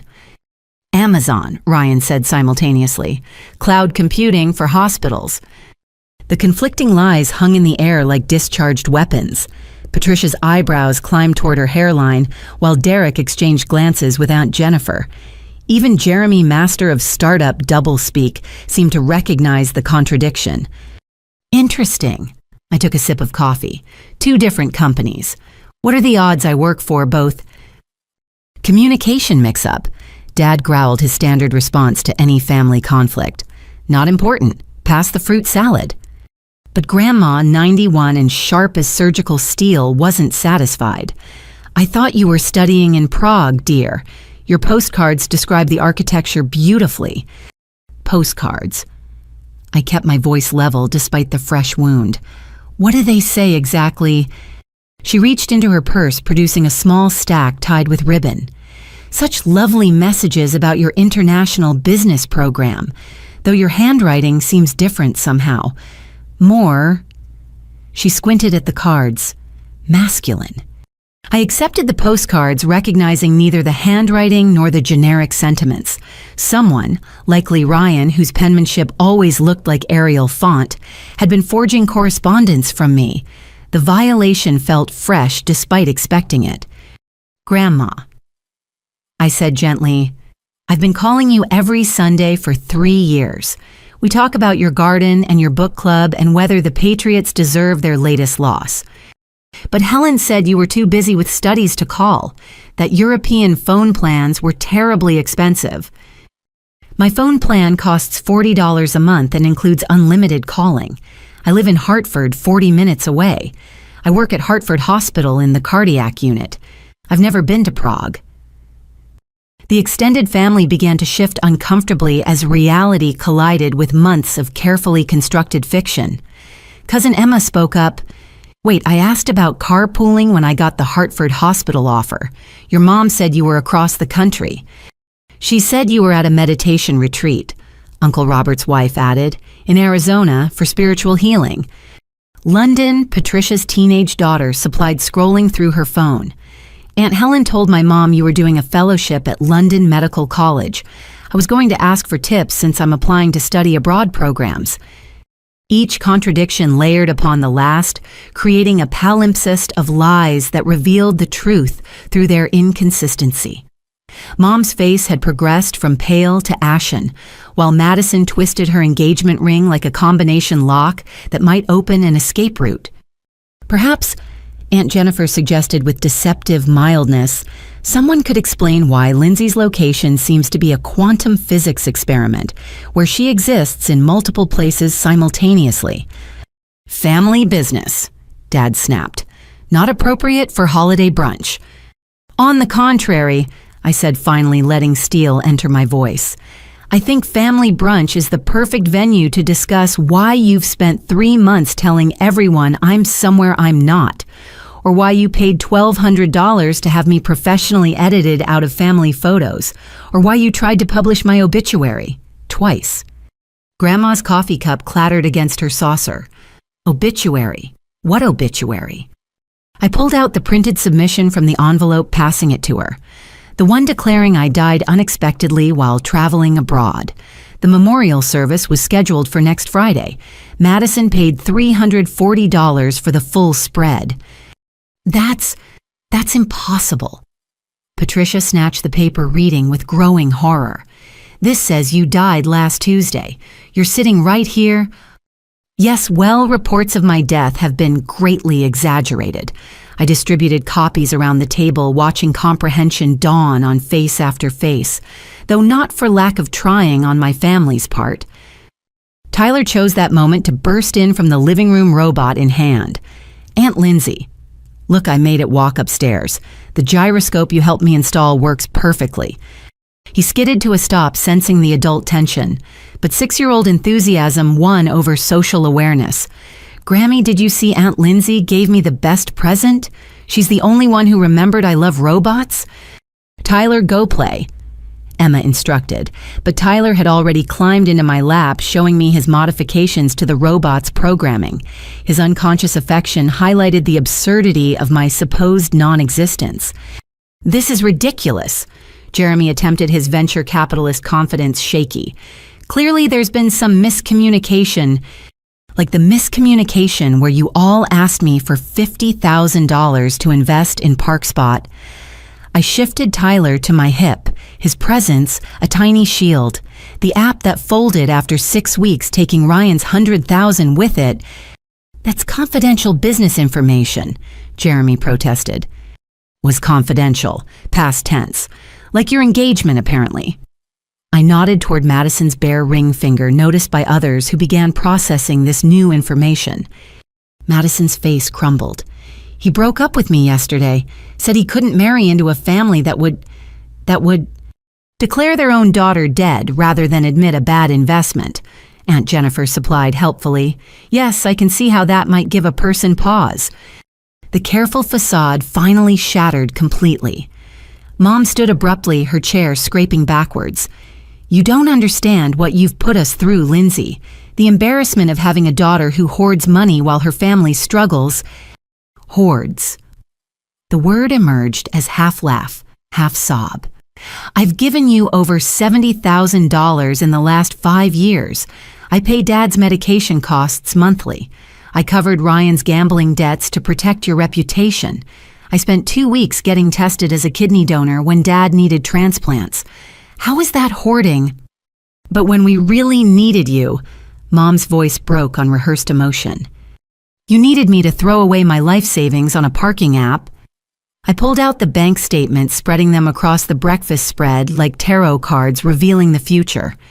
Here's every check I've written, and here are the ones you returned starting in October, right after you paid to have me edited from photos. Uncle Robert, ever the numbers man, began scanning the statements. His low whistle punctuated the mounting evidence. This is significant financial support, Helen, more than most adult children provide. But she refused to invest in Madison's future. Dad interjected, finding his voice. Family supports family. Like I supported Ryan. I pulled out another document. Here's the $40,000 I gave him for gambling debts. Debts you still don't know the full extent of. Ryan, would you like to tell them about the second mortgage on your house, the one Emma doesn't know about? Ryan's face went from red to white. Emma turned slowly toward her husband. Second mortgage? What second mortgage? Or should we discuss the family trust? I continued, momentum building. The one you amended in October to remove me as beneficiary. the one that would have distributed my third to Madison and Ryan if you'd successfully convinced people I was dead. Gasps rippled around the table as implications sank in. Cousin Patricia's husband, a contracts lawyer, reached for the trust documents I'd laid out. His expression grew increasingly grim as he read. This is conspiracy to commit fraud, he said quietly. If Lindsay had actually died mysteriously abroad after you'd spread stories about her various locations, removed her from family photos, and changed beneficiary documents, we would never— Mom's protest rang hollow even to her. Never what? I asked. Never edit me out of existence. Never tell everyone I'm in 12 different cities. Never try to publish my death notice. You've already done all that. What exactly wouldn't you do? Tyler wiggled in my arms, upset by raised voices. I set him down gently. Go find your robot manual, buddy. We'll work on new programs later. He scampered off, but not before announcing, I'm glad you're not really dead, Aunt Lindsay. That would be super sad. From the mouths of babes. Grandma had been uncharacteristically quiet studying the postcards supposedly from me. Now she spoke with matriarchal authority that commanded instant attention. Helen Marie Johnson, explain yourself, immediately. Mom crumbled under her mother's glare. She betrayed the family, refused to support Madison's dreams. After everything we've done for her, everything you've done. My laugh felt like broken glass in my throat. You mean, like teaching me family means unconditional support while placing conditions on your love, or maybe raising me to be financially responsible, then punishing me for it. You're twisting things. Am I pulled out the photo editing receipts. $1,200 to remove me from family pictures. That's not twisted, creating fake postcards from me. Publishing death notices. Which part am I misunderstanding? Aunt Jennifer placed a protective hand on my shoulder. I've been documenting everything for months. Every lie told, every story changed, every relative given different information. Would anyone like to guess how many versions of Lindsay's whereabouts I've collected? She produced her own folder thick with notes and screenshots. 14 different cities across 6 continents. She's apparently studying, working, meditating, and dying simultaneously in multiple time zones. It's almost impressive in its audacity. We were protecting the family's reputation. Dad attempted one last defense. People talk when children become estranged. We gave them reasons that preserved everyone's dignity. Everyone's except mine. I stood slowly gathering my documents. You turned me into a cautionary tale, a wayward daughter too selfish to support family. Meanwhile, I was 40 minutes away, working extra shifts to pay for medications. You're now buying yourself to maintain the fiction that I abandoned you. The room felt too small, too hot, too full of revealed truths and shattered pretenses. Mom had started crying. Real tears this time, not the performed emotion from earlier. Madison sat frozen, staring at her bare ring finger, as if it held answers. Ryan kept glancing between Emma and the second mortgage documentation, calculating which relationship might survive the morning. I'll be back tomorrow, I announced, leaving the manila envelope on the table. That contains full documentation of everything: financial records, photo receipts, obituary attempts, legal implications. Aunt Jennifer and my lawyer have copies. So does the Hartford Courant, though. They've agreed to hold the story pending family resolution. Story. Mom's tears stopped abruptly. What story? Local family attempts to declare living daughter dead after failed investment. Has a nice ring to it. Don't you think Marcus Lynn is particularly interested in the photo editing angle? Says it speaks to modern family dynamics in the social media age. The threat of public exposure hit harder than any emotional appeal. Their carefully curated public image, the successful family with thriving children and strong values, would crumble under scrutiny. However, I continued, I'm willing to keep this private. Family therapy with a licensed professional. Full accounting of all lies told to extended family. Public acknowledgement of what you've done. And immediate cessation of any death-related fictional narratives. Therapy, Dad sputtered. We don't need... Yes, Grandma interrupted with steel in her voice. You do. My God, Helen, what have you become? This isn't how I raised you. This isn't who we are. She turned to me with tears in her eyes. Lindsay, dear, I'm so sorry. I should have questioned the postcards, should have known something was wrong when you stopped calling. I failed you. You were lied to, Grandma. That's not failing. That's being deceived by people you trusted. Uncle Robert stood his wife beside him. I think we should go. This is clearly a private family matter that needs resolution. Others began rising, gathering coats and children, fleeing the discomfort of witnessed dysfunction.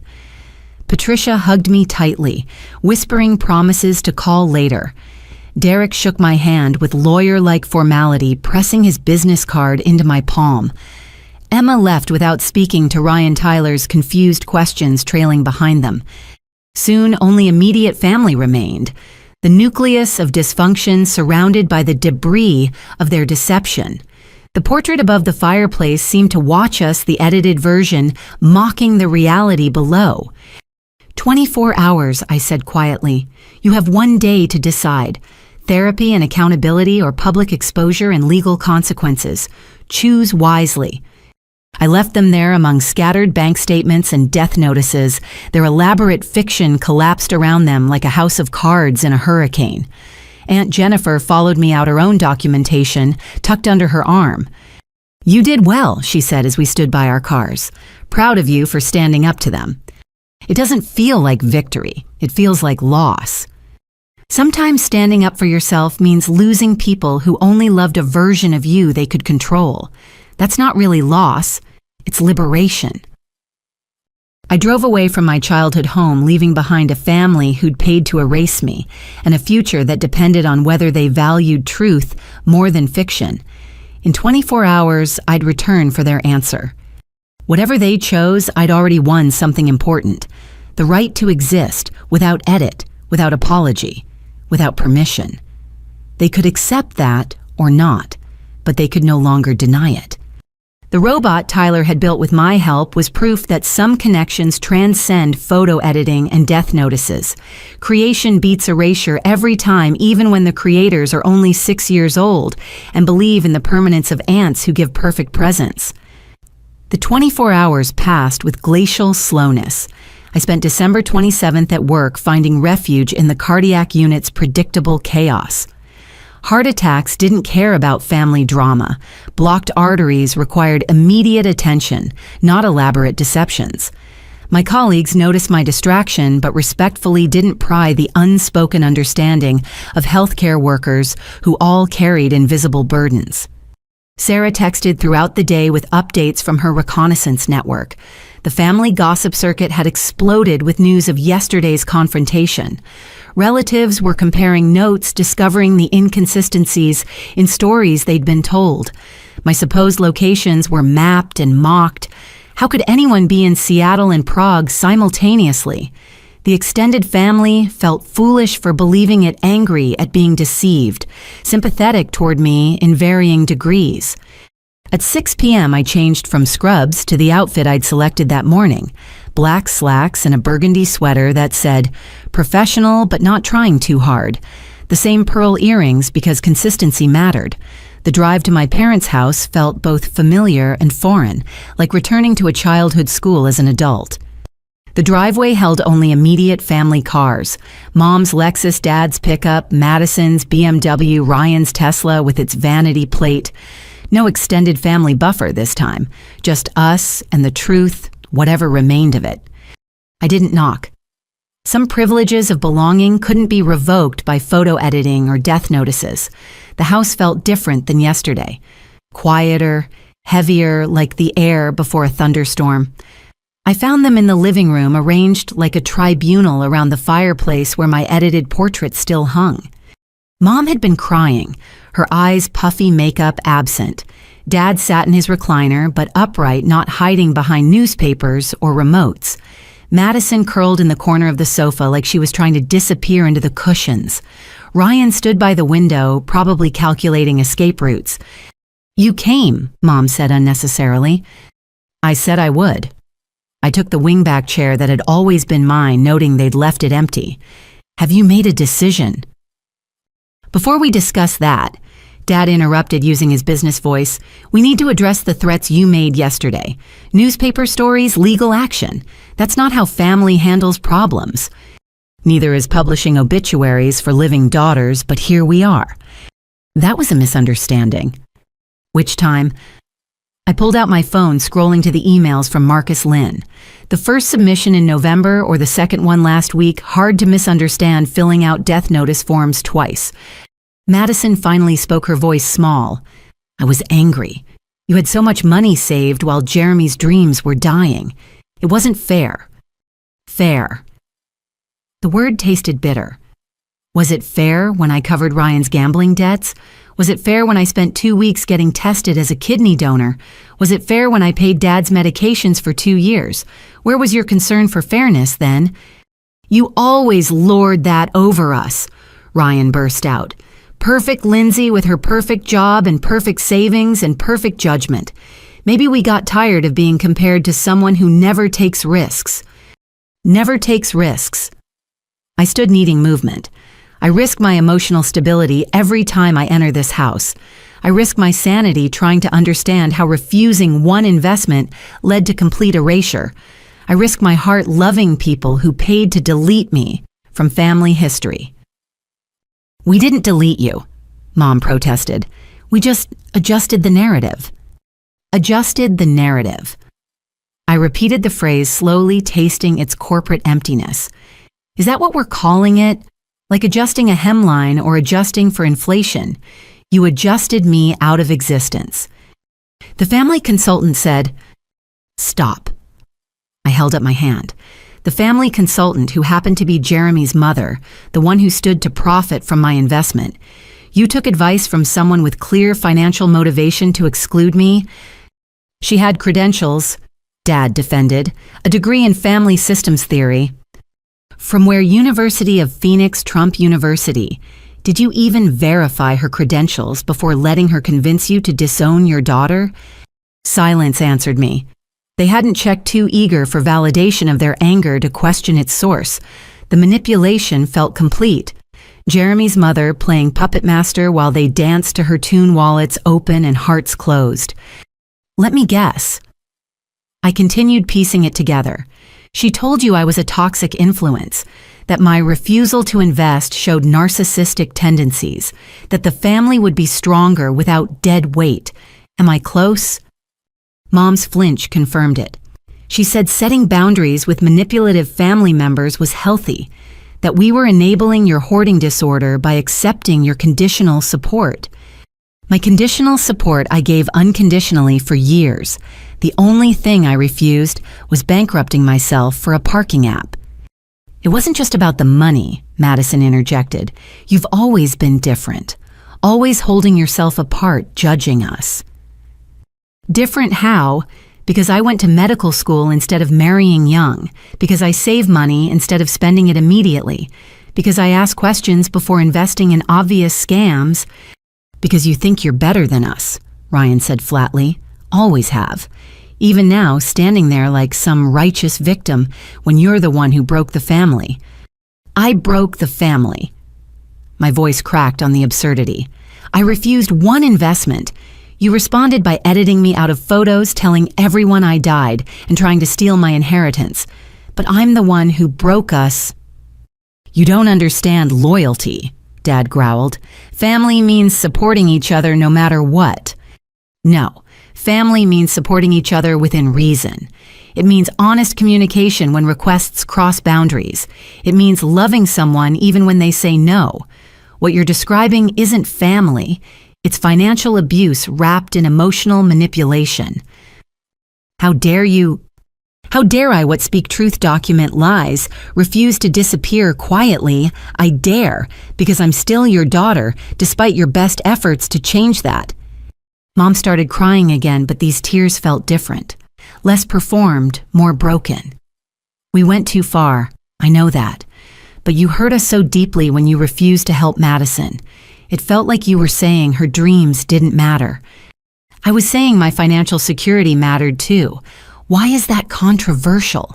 Why does my stability threaten Madison's dreams? Because we're supposed to take care of each other, Madison burst out. That's what family does. Taking care doesn't mean enabling poor decisions. Would you give Tyler your life savings if he asked for it tomorrow to buy magic beans? That's different. He's a child. And you're not. You're 26 years old crying because your sister won't fund your boyfriend's startup. How is that different from Tyler wanting magic beans? The comparison stung visible in Madison's recoil, but truth often stung when lies had been more comfortable. Enough, Dad commanded, standing with the authority of someone used to being obeyed. You've made your point. We acted rashly, but your ultimatum yesterday, therapy or public humiliation, that's manipulation too. It's accountability, something this family seems allergic to. We'll do the therapy, Mom said quietly, surprising everyone. I've already researched therapists who specialize in family systems and financial trauma. Dr. Elizabeth Chen comes highly recommended. Chen, I almost laughed at the irony. One of the names you refused to use in our family interesting choice. Don't be petty, Lindsay, we're trying. Are you performing contrition to avoid public embarrassment? How do I know this isn't just another adjusted narrative? Because I'm tired, Mom admitted, seeming to age before my eyes. Tired of maintaining lies, tired of remembering who knows what, tired of missing my daughter while pretending she doesn't exist. The consultant was wrong. We were wrong. Is that what you need to hear? It's a start. But I need more than words. I need actions, starting with telling everyone the truth. Everyone, Ryan paled at the prospect. Every single person you lied to. Aunt Jennifer has the list. 14 different stories told to dozens of people. Each one needs to hear the truth from you, not from me. That's humiliating, Madison whispered. More humiliating than being edited out of existence. More humiliating than reading your own obituary. You're worried about embarrassment while I'm fighting to prove I'm alive. We'll do it, Dad said heavily. Make the calls, send the emails, whatever it takes. But in return, you keep this private. No newspaper stories, no legal action, no public exposure. And the financial documents, the trust amendments, the insurance changes. Reversed, everything back to equal distribution. The photo portrait. They all looked at the edited family photo hanging above us. In its expensive frame, the perfect family smiled back, minus one daughter whose existence had become inconvenient. We'll commission a new one, Mom offered, with you included this time. No, I want that one to stay exactly where it is. Let it remind you of what happens when image matters more than truth. Commission a new one if you want, but that monument to deception stays visible. That's cruel, Madison protested. Cruel is trying to publish your sister's obituary because she wouldn't invest in your boyfriend's startup. The portrait is just honest. Silence stretched between us, years of family dysfunction compressed into moments of recognition. We'd reached the heart of it. Not the money or the investment, but the fundamental question of whether this family could survive truth after months of lies. I need one more thing, I said finally. An explanation, not excuses or consultant blame deflection. I need to understand how you went from anger over refused investment to systematically erasing me. Walk me through the decision-making process that led to spending $1,200 on photo editing. Mom and Dad exchanged glances, years of marriage allowing silent communication. Finally, Mom spoke. It started small. Madison was so upset after you refused the investment. She felt betrayed, like you were choosing money over her happiness. The consultant validated those feelings, encouraged us to see your refusal as a pattern of withholding love. When Ryan lost his investment 2 weeks later, it got worse. Dad continued. Madison blamed you, said if you'd invested too, Jeremy would have had more resources to save the company. The consultant supported that narrative. She gave us articles about toxic family members, Ryan added reluctantly. Case studies of families that thrived after cutting out the person holding them back. It made sense when she explained it. You became the reason for every problem, Madison admitted. Jeremy's company failed because you didn't support it. Ryan's marriage struggled because the gambling debts you revealed. Mom and Dad fought about money because you made them question their spending. Everything wrong traced back to you. So you decided to eliminate the variable, I said, understanding with terrible clarity. Remove me from the equation and problems would solve themselves. The photo editing was Madison's idea. Mom said, earning a betrayed look from her youngest. She said seeing you in pictures hurt too much. We thought it would be temporary just until emotions cooled. But once we started, it became easier to continue, Dad admitted. One edited photo led to another. One lie about your whereabouts led to 12. Before we knew it, we'd created this elaborate fiction that demanded constant maintenance. The obituary, Madison's voice trailed off, was the logical conclusion. I finished. If I'm going to be absent from everything, might as well make it permanent.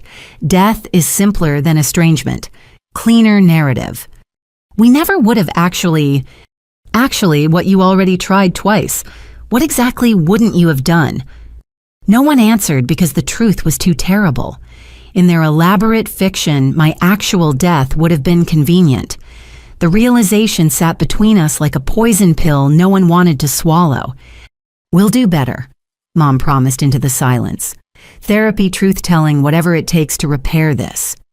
You can't repair it, I said gently but firmly. Some things break beyond fixing.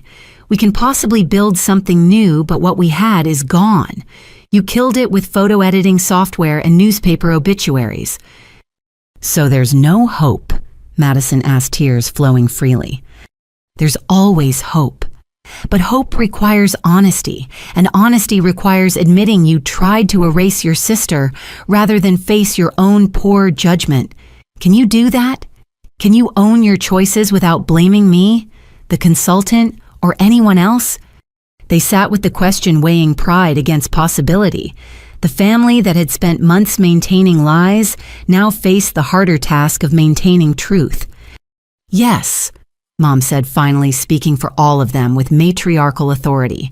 We can do that. We will do that. Then we start therapy next week. Dr. Chen has an opening Thursday at 4. Everyone attends, no excuses. Even Tyler, Ryan asked. Especially Tyler. He's been watching you perform this dysfunction. He needs to see you choose differently. They nodded, accepting terms like defeated generals at a treaty signing. The war was over, but reconstruction would take years if it happened at all. I stood to leave, emotionally drained but oddly hopeful. One last thing. The money you spent on photo editing, I want that donated to the Hartford Hospital Cardiac Unit Patient Assistance Fund.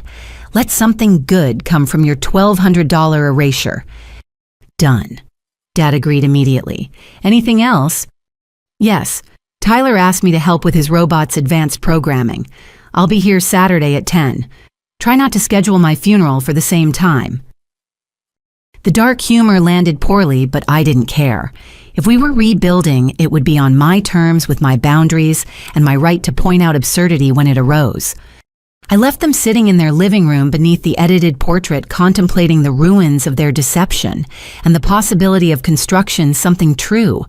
The December night was cold, but clear stars visible, despite suburban light pollution. My phone buzzed with texts from Aunt Jennifer, Sarah, and Grace, all checking in. I sent a group message. Therapy agreed to. Truth-telling begins. Cautiously hopeful. The responses came immediately. Heart emojis, supportive words, reminders that chosen family waited if birth family failed. The network of support they'd tried to convince others I'd abandoned wrapped around me like armor. I drove home thinking about Tyler's robot, how we'd built it from components that seemed unrelated until properly connected. Maybe families could be rebuilt the same way, piece by piece, connection by connection, truth by carefully placed truth. Time would tell whether my parents could maintain honesty after months of lies, but at least we'd moved from erasure to acknowledgement, from fiction to possible fact. In the spectrum of family dysfunction that counted as progress, the edited portrait would hang in their living room as reminder and warning, but new pictures would eventually join it, ones where I existed fully uncropped and unedited. The transition between the two would tell the story of a family that chose truth over image, eventually, if not immediately. For now, that possibility was enough to drive home to. Thursday arrived with the kind of crisp winter clarity that made everything appear sharper, more defined. 3 days had passed since our confrontation, 3 days of carefully worded texts and stilted phone calls as my family attempted to navigate their new reality, one where I existed and their lies were being systematically dismantled. I sat in Dr. Elizabeth Chen's waiting room, having arrived deliberately early to claim emotional territory. The space felt designed for calm, soft gray walls, abstract art that suggested serenity without demanding interpretation, chairs that encouraged proper posture while remaining comfortable. Even the magazines were current, a small miracle in medical waiting rooms. Mom and Dad arrived next, moving with the unified discomfort of people attending their own trial. They sat across from me, not beside me, maintaining physical distance that mirrored our emotional chasm. Mom clutched her purse like a life preserver, while Dad studied his phone with intensity, usually reserved for stock reports. Madison entered 5 minutes later wearing sunglasses, despite the indoor setting the universal signal for either celebrity or shame. In her case, clearly the latter. She chose a chair equidistant from all of us, creating a dysfunctional triangle with me at one point. Ryan arrived last, breathless and apologizing about traffic that we all knew wasn't the real cause of his delay. Emma hadn't come, their marriage hanging by threads he'd woven from deception and debt. Tyler was in school too young for this particular session, despite my earlier insistence. Some truths required adult processing before child-safe translation. Johnson family. Dr. Chen appeared precisely at 4, her presence immediately commanding attention. Mid-50s, professionally dressed in charcoal gray, she radiated the kind of calm authority that suggested she'd navigated worse family disasters than ours. "Please come in." Her office continued the waiting room's aesthetic, neutral calming designed to minimize emotional activation, while difficult truths emerged. We arranged ourselves on various seating options, the configuration speaking volumes. I took the armchair nearest Dr. Chen. My parents shared the love seat. Madison and Ryan bookended a long couch, maintaining sibling distance. "I've reviewed the intake forms you've each submitted." Dr. Chen began, her voice carrying slight musical traces of her heritage. "Before we begin, I need to establish ground rules. This is a safe space for truth, but safety doesn't mean comfort. We'll likely discuss uncomfortable realities. Everyone speaks for themselves only. No we statements unless everyone agrees. No interrupting. No leaving unless it's a genuine emergency. Agreed." We nodded like chastened students, the family dynamics already shifting under external authority. Dr. Chen turned to me, first probably recognizing the whistleblower. "Lindsay, as the person who initiated this therapy, would you like to start by explaining what brought us here?" I'd rehearsed this moment, but words still came slowly. 3 months ago, I refused to invest $50,000 in my sister's boyfriend's startup company. In response, my family had me professionally edited out of family photos, told everyone I'd moved to various international locations, and attempted to publish my obituary in the Hartford Courant. Twice.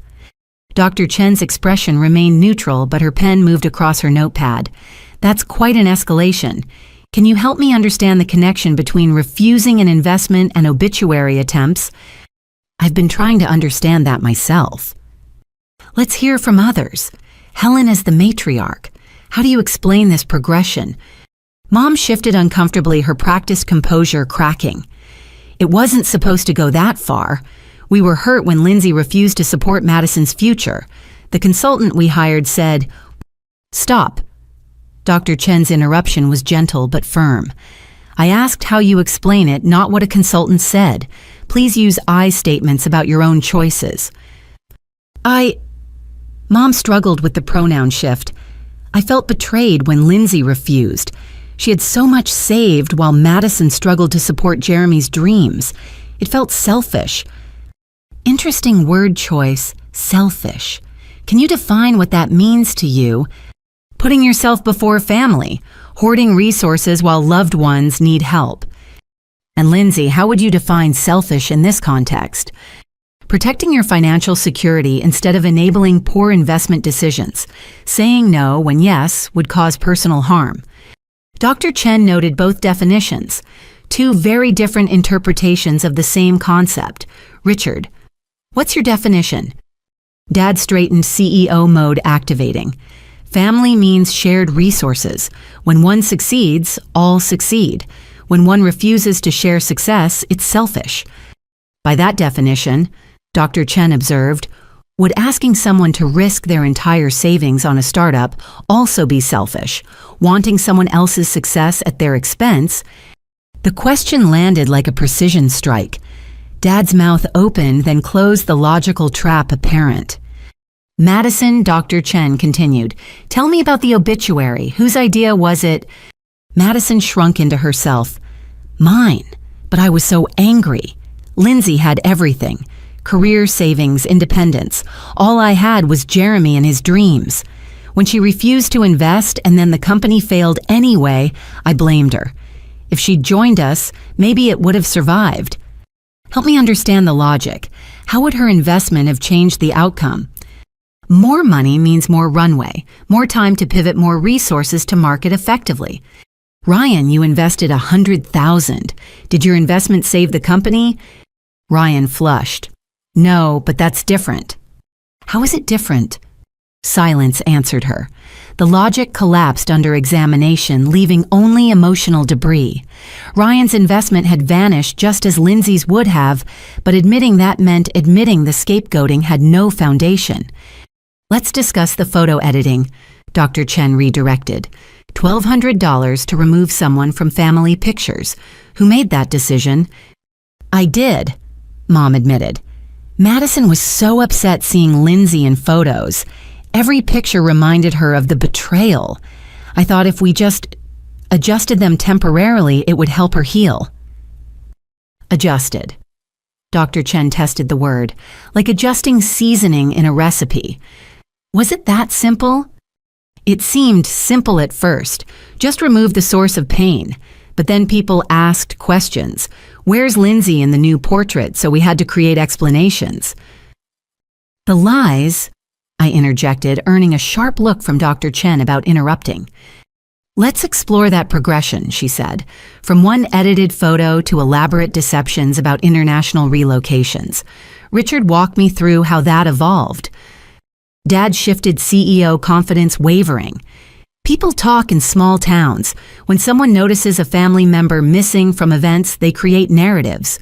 We provided alternative narratives. "You lied," Dr. Chen clarified gently. "It's important to use accurate language here. You created false stories about your daughter's whereabouts. Why was that preferable to the truth?" "Because the truth made us look like bad parents." Mom burst out, then caught herself. "Made me look like a bad mother. What kind of mother has a daughter who won't help her sister?" It was easier to say she was far away than admit she was nearby but estranged. "So this was about your image?" "No. Well, yes, partly, but also protecting Lindsay's reputation. If people knew she'd refused to help family, they'd think she had healthy boundaries," Dr. Chen suggested. "They'd admire fiscal responsibility. What exactly would they think that concerned you?"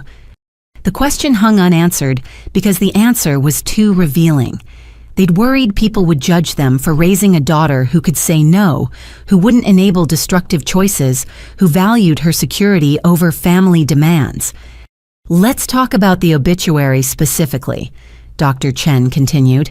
Madison helped me understand the thought process. You filled out forms declaring your living sister dead. What were you thinking in that moment? Madison's tears started again, but Dr. Chen handed her tissues without sympathy or judgment, just acknowledgement. I wasn't thinking clearly. Jeremy had just broken up with me. The business failed. Everyone kept asking about Lindsay. If she was dead, at least it would be final. No more questions, no more lies to maintain, no more reminders of failure. You wanted your sister dead for your convenience. The brutal summary made Madison flinch. Not actually dead, just narratively dead. Like she was dead to me emotionally, so making it official seemed logical. Ryan, you knew about the obituary attempts. Why didn't you intervene? Ryan struggled, his usual confidence shattered. I was dealing with my own problems. Emma discovered the second mortgage I'd hidden. My investment was gone. Lindsay revealing my gambling debts had started a cascade of discoveries. It was easier to let Madison handle her grief however she wanted. Even if that meant publishing false death notices, I didn't think the newspaper would actually run it. But you hoped they would, Dr. Chen pressed. What outcome were you expecting? I don't know. Maybe that Lindsay would see it and realize how much she'd hurt us. That she'd understand the pain she caused and come apologize. Interesting. You wanted to hurt her into apologizing for not giving you money. The absurdity laid bare sounded even worse than the original actions. Dr. Chen let it sit, allowing the full weight of their choices to settle. Lindsay. She turned to me. How did discovering the obituary attempts affect you? I felt erased, I said simply.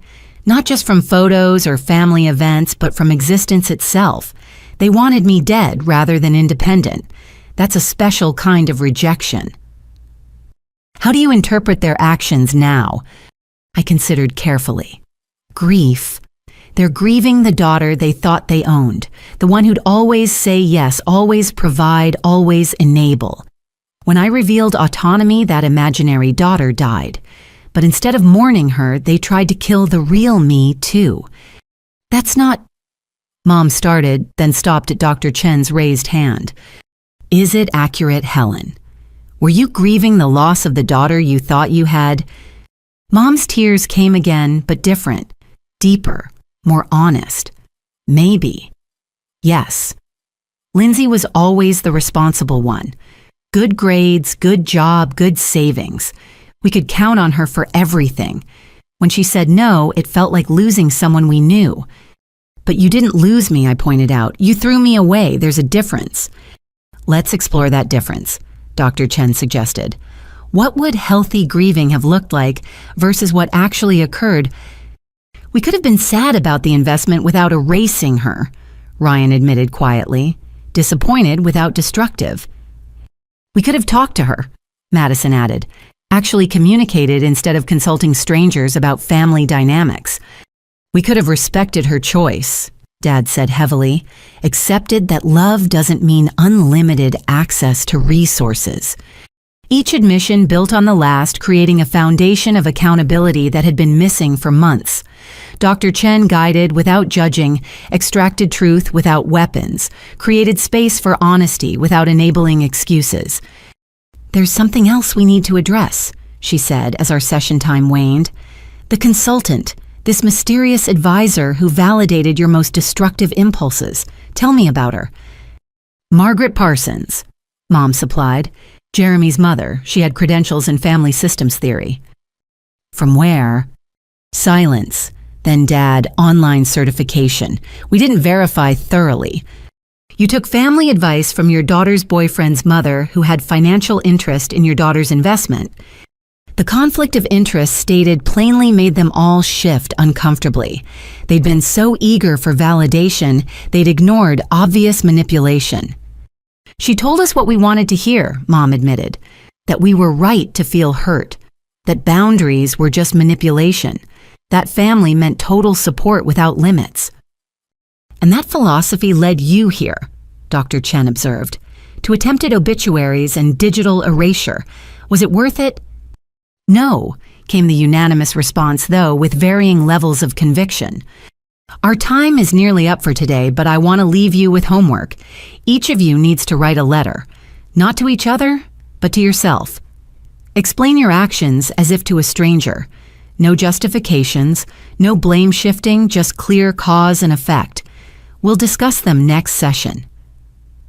We filed out with the awkwardness of people who'd been emotionally stripped and examined. In the parking lot, we stood in a loose circle, unsure how to separate after such forced intimacy. "Lindsay," Mom started, then stopped. "Drive safely." It wasn't an apology or reconciliation, just basic human concern. But it was more genuine than months of elaborate lies, so I accepted it with a nod. I drove home thinking about the letters we'd write, the truths we'd tell ourselves when external audiences couldn't judge. My family had opened the envelope of consequences today, finding inside not just documentation of betrayal, but mirrors reflecting their own choices. Dr. Chen had been right. Safety didn't mean comfort, but discomfort, it turned out, was where growth began. Whether my family could sustain that growth remained to be seen, but at least we'd started the process. The obituary attempts would always exist between us, markers of how far they'd been willing to go to avoid accountability. But perhaps with work and truth and time, we could build something new among the graves they'd tried to dig for me. Saturday morning arrived with the kind of winter sunshine that made everything appear deceptively warm through windows. I'd spent the previous evening helping Tyler with his robot via video call, his enthusiasm infectious, even through a screen. Now I sat at my kitchen table laptop open, watching the family crisis unfold on social media in real time.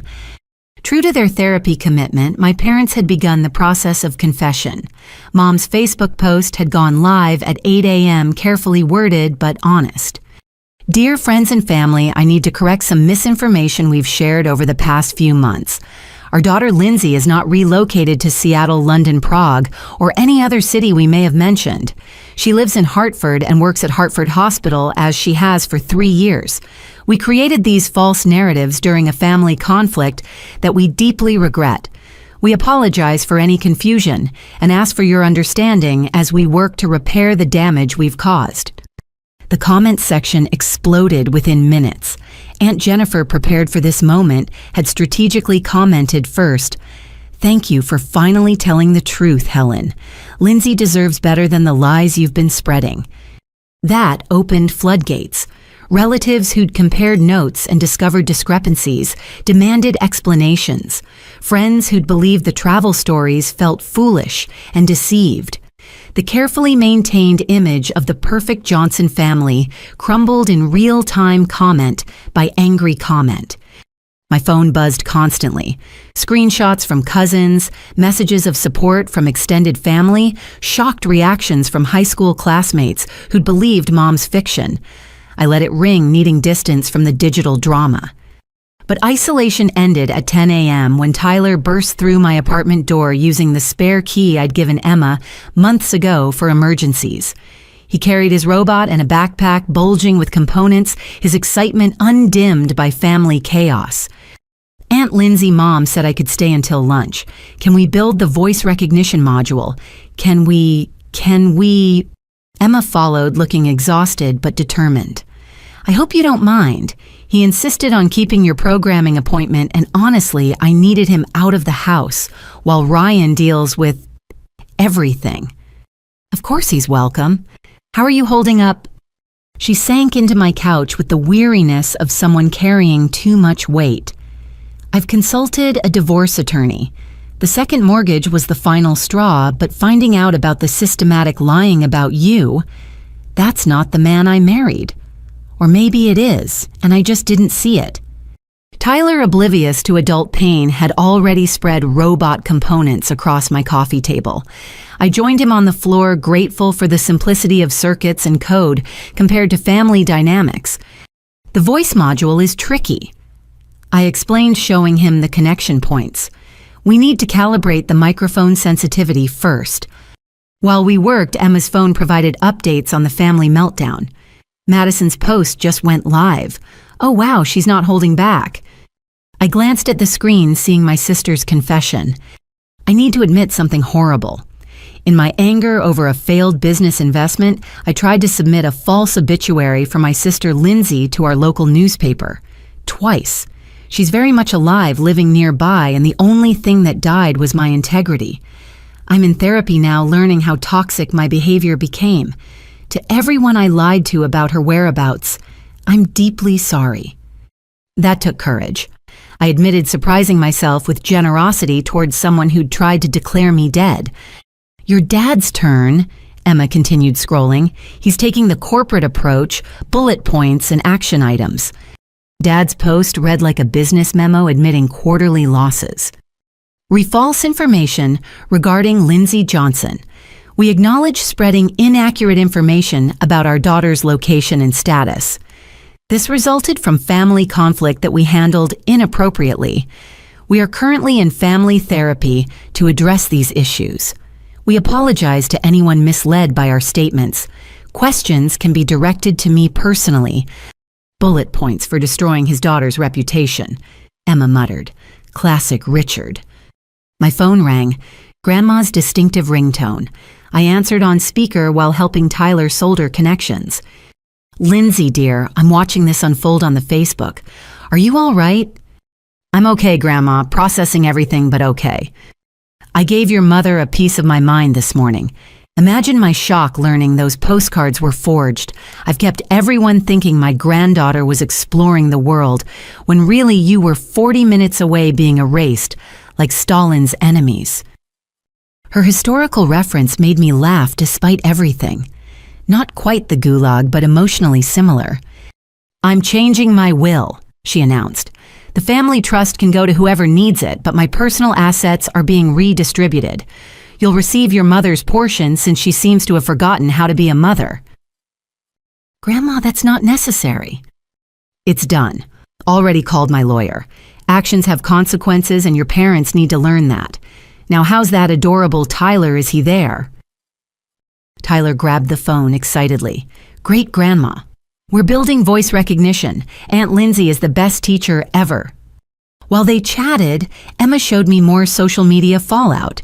The extended family had divided into camps, those appalled by my parents' actions, and those suggesting I should have just invested to keep peace. The latter group was smaller, but vocal, mostly older relatives who valued surface harmony over healthy boundaries. Ryan's post appeared next longer and more emotional than expected. I need to confess something. I lost $100,000 investing in a failed startup, then blamed my sister Lindsay for not losing $50,000 alongside me. Instead of accepting my poor judgment, I participated in a campaign to erase her from our family through edited photos and lies. I'm also struggling with gambling addiction that she tried to help me address. I'm entering treatment and hope to earn forgiveness I don't deserve. He admitted the gambling publicly. Emma stared at the screen. He wouldn't even admit it to me privately until you exposed it. Therapy must be working, I suggested, though skepticism colored my tone. The doorbell rang, interrupting our robot construction. Through the peephole, I saw Patricia holding a casserole dish, the suburban peace offering of choice. I opened the door to find not just her, but a small gathering of cousins and aunts, all bearing food. We figured you might need support, Patricia explained, filing into my apartment with the others. And calories. Emotional processing burns energy. My living room transformed into an impromptu family gathering, the healthy kind where truth was spoken and boundaries respected. Tyler demonstrated his robot for an appreciative audience, while adults dissected the morning's revelations. I can't believe they tried to publish your obituary, Cousin Sandra kept repeating. That's beyond dysfunction. That's criminal. Technically, yes, I confirmed. The newspaper caught it, thankfully, twice. What kind of mother does that? Aunt Barbara, Mom's own sister, shook her head. Helen was always image conscious, but this level of deception... Fear, Aunt Jennifer said simply. Fear of judgment, fear of imperfection, fear of having a daughter who said no. Fear makes people do terrible things. My laptop dinged with an email notification. Marcus Lynn from The Current. I opened it cautiously. Lindsay. I've been monitoring the social media situation. Your family's public admissions are generating significant interest. I'd like to revisit our earlier discussion about a feature story, but with a different angle. Not exposing their deception, but exploring how families can heal from such breaches. Your thoughts? I showed the email to the assembled group. Opinions varied, but Aunt Jennifer made the strongest argument. Sunlight disinfects. If sharing your story helps other families avoid this path, maybe it's worth considering. Tyler interrupted the debate by successfully activating his robot's voice recognition. "Hello, Aunt Lindsay." The mechanical voice chirped in response to his command. The pure joy on his face reminded me why some relationships were worth salvaging. "Can we program it to say other things?" he asked eagerly. "Of course. What would you like it to say?" He thought carefully then, with 6-year-old wisdom, suggested, "Families should love each other even when they disagree." The room fell silent at the child's inadvertent profundity. Emma hugged her son tightly while several aunts wiped away tears. Even in dysfunction's midst, children saw clearly what adults complicated. We spent the next hour programming Tyler's robot with various phrases, while the adults continued processing the morning's revelations. My phone accumulated messages from high school friends, former colleagues, distant relatives, all expressing shock at the deception and support for me. Sarah arrived at noon with reinforcements. Several mutual friends who'd learned about the situation. My apartment reached capacity filled with chosen and biological family, united in their indignation on my behalf. "The comments on your mom's post are brutal," Sarah reported, scrolling through her phone. "Someone suggested she needs psychological evaluation. Another offered to start a GoFundMe for your therapy costs. People are angry because they were made unwitting accomplices," Patricia observed. "Every person who believed the lies and passed them on feels complicit now. Your parents didn't just betray you. They used the entire extended network as weapons." The apartment door opened again, this time revealing Madison herself holding a box and looking terrified. The room tensed, protective energy radiating toward me. "I know I'm not welcome," she said quickly. I found these while cleaning out my room at Mom and Dad's. They're yours." She set the box on my entrance table. My high school soccer trophies, the ones removed from my childhood bedroom shelf. A peace offering in tarnished metal and fading ribbons. "Thank you." I managed the simple gratitude harder than anger. "Tyler's here." She noticed her nephew voice brightening with desperate hope. "Hey, buddy." Tyler looked up from his robot, assessing with childlike directness. "Hi, Aunt Madison. Did you really try to tell everyone Aunt Lindsay died?"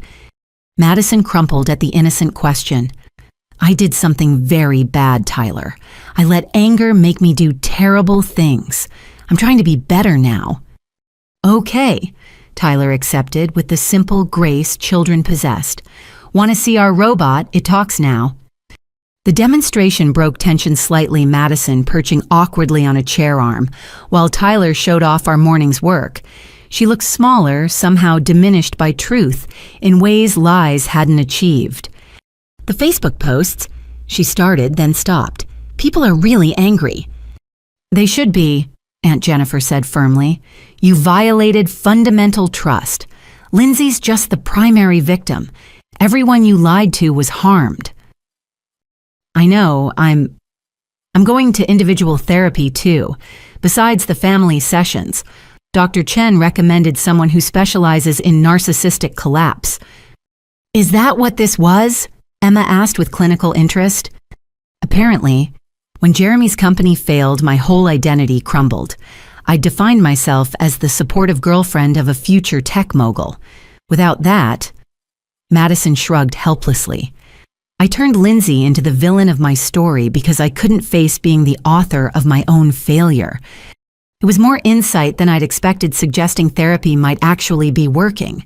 But trust once shattered required more than therapeutic vocabulary to rebuild." "I should go." Madison stood abruptly. "I just wanted to return those, and to say the obituary thing was unforgivable. I know that.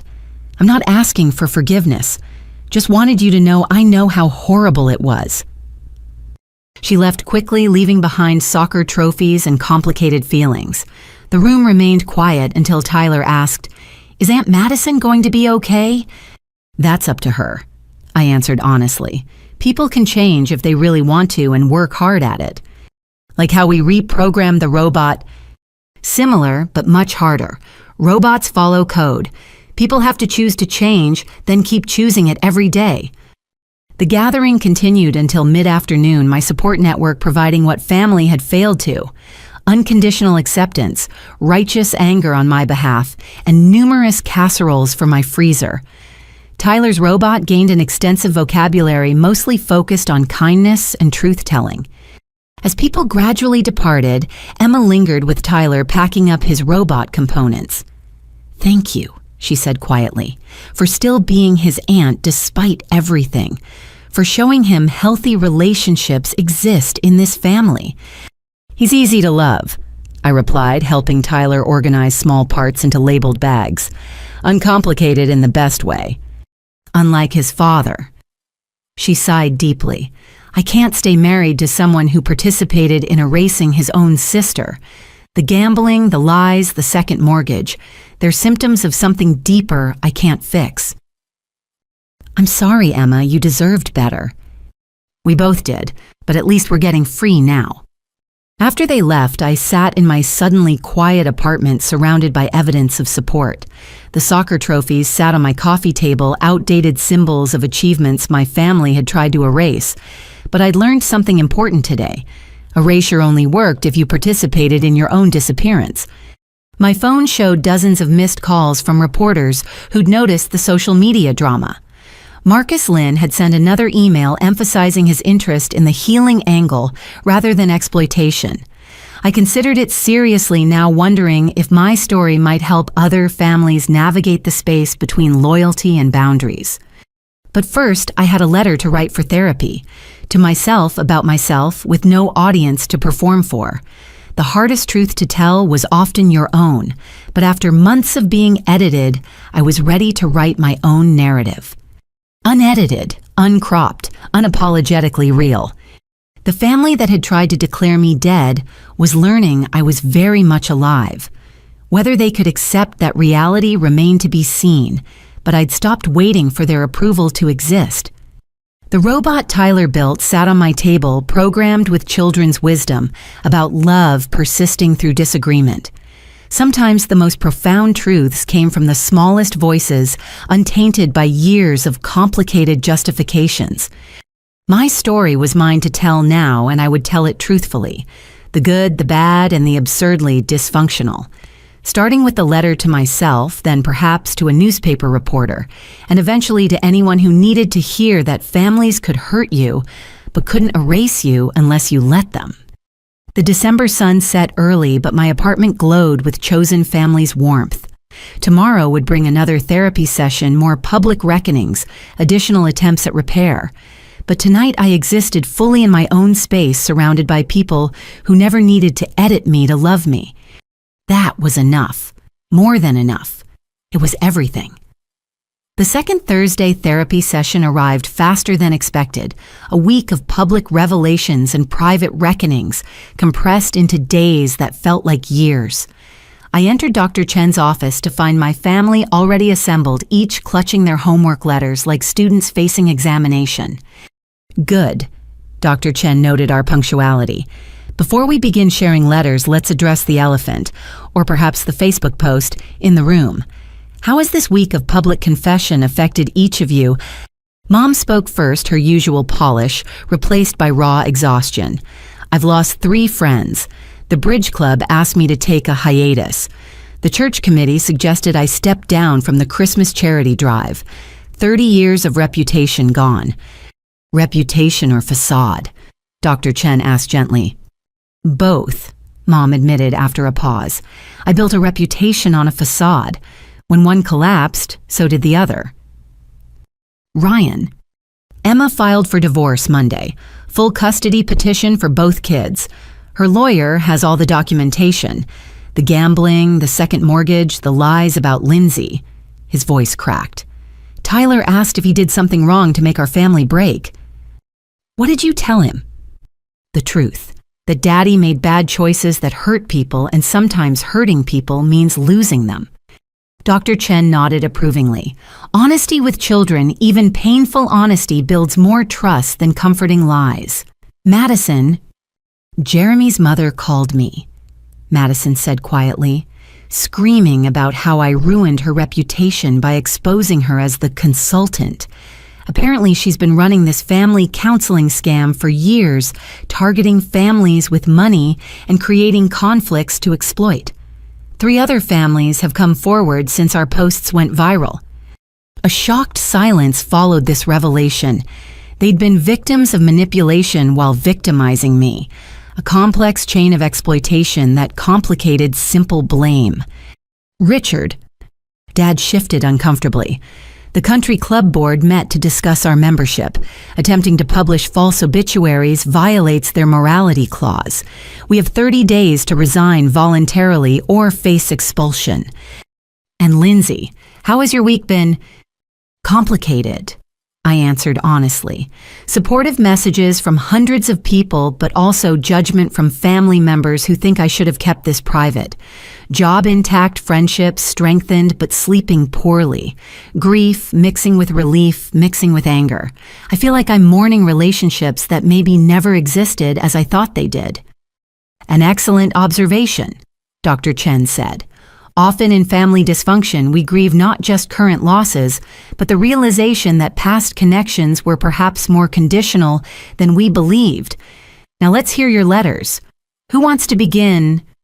Madison volunteered, hands shaking as she unfolded her paper. This was harder than I expected. Writing to myself meant no one to blame, no audience to perform for. Just truth. She began reading. Dear Madison, you tried to kill your sister in print because she wouldn't fund your boyfriend's dream. Sit with that. You filled out forms declaring a living person dead because they said no to you. This wasn't grief or anger. This was attempted emotional murder. Why? Because you've never been told no. Mom and Dad gave you everything, protected you from consequences, taught you that family meant unlimited access to resources. When Lindsay broke that pattern, you didn't just feel rejected, you felt existentially threatened. If family could say no, what else might be withheld? Love, acceptance, identity. Instead of examining these fears, you tried to eliminate their source. Classic narcissistic response. Destroy what threatens your self-image. But Lindsay didn't threaten you. She revealed you. Showed that underneath the baby sister, sweetness was someone who'd rather declare family dead than accept boundaries. Madison's voice broke. She folded the letter, unable to continue. There's more, but it gets worse. I wrote about being glad when the investment failed because it meant I could blame Lindsay forever.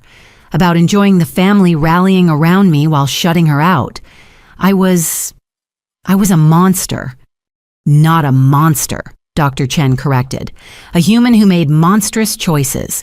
The distinction matters because humans can change. Monsters cannot.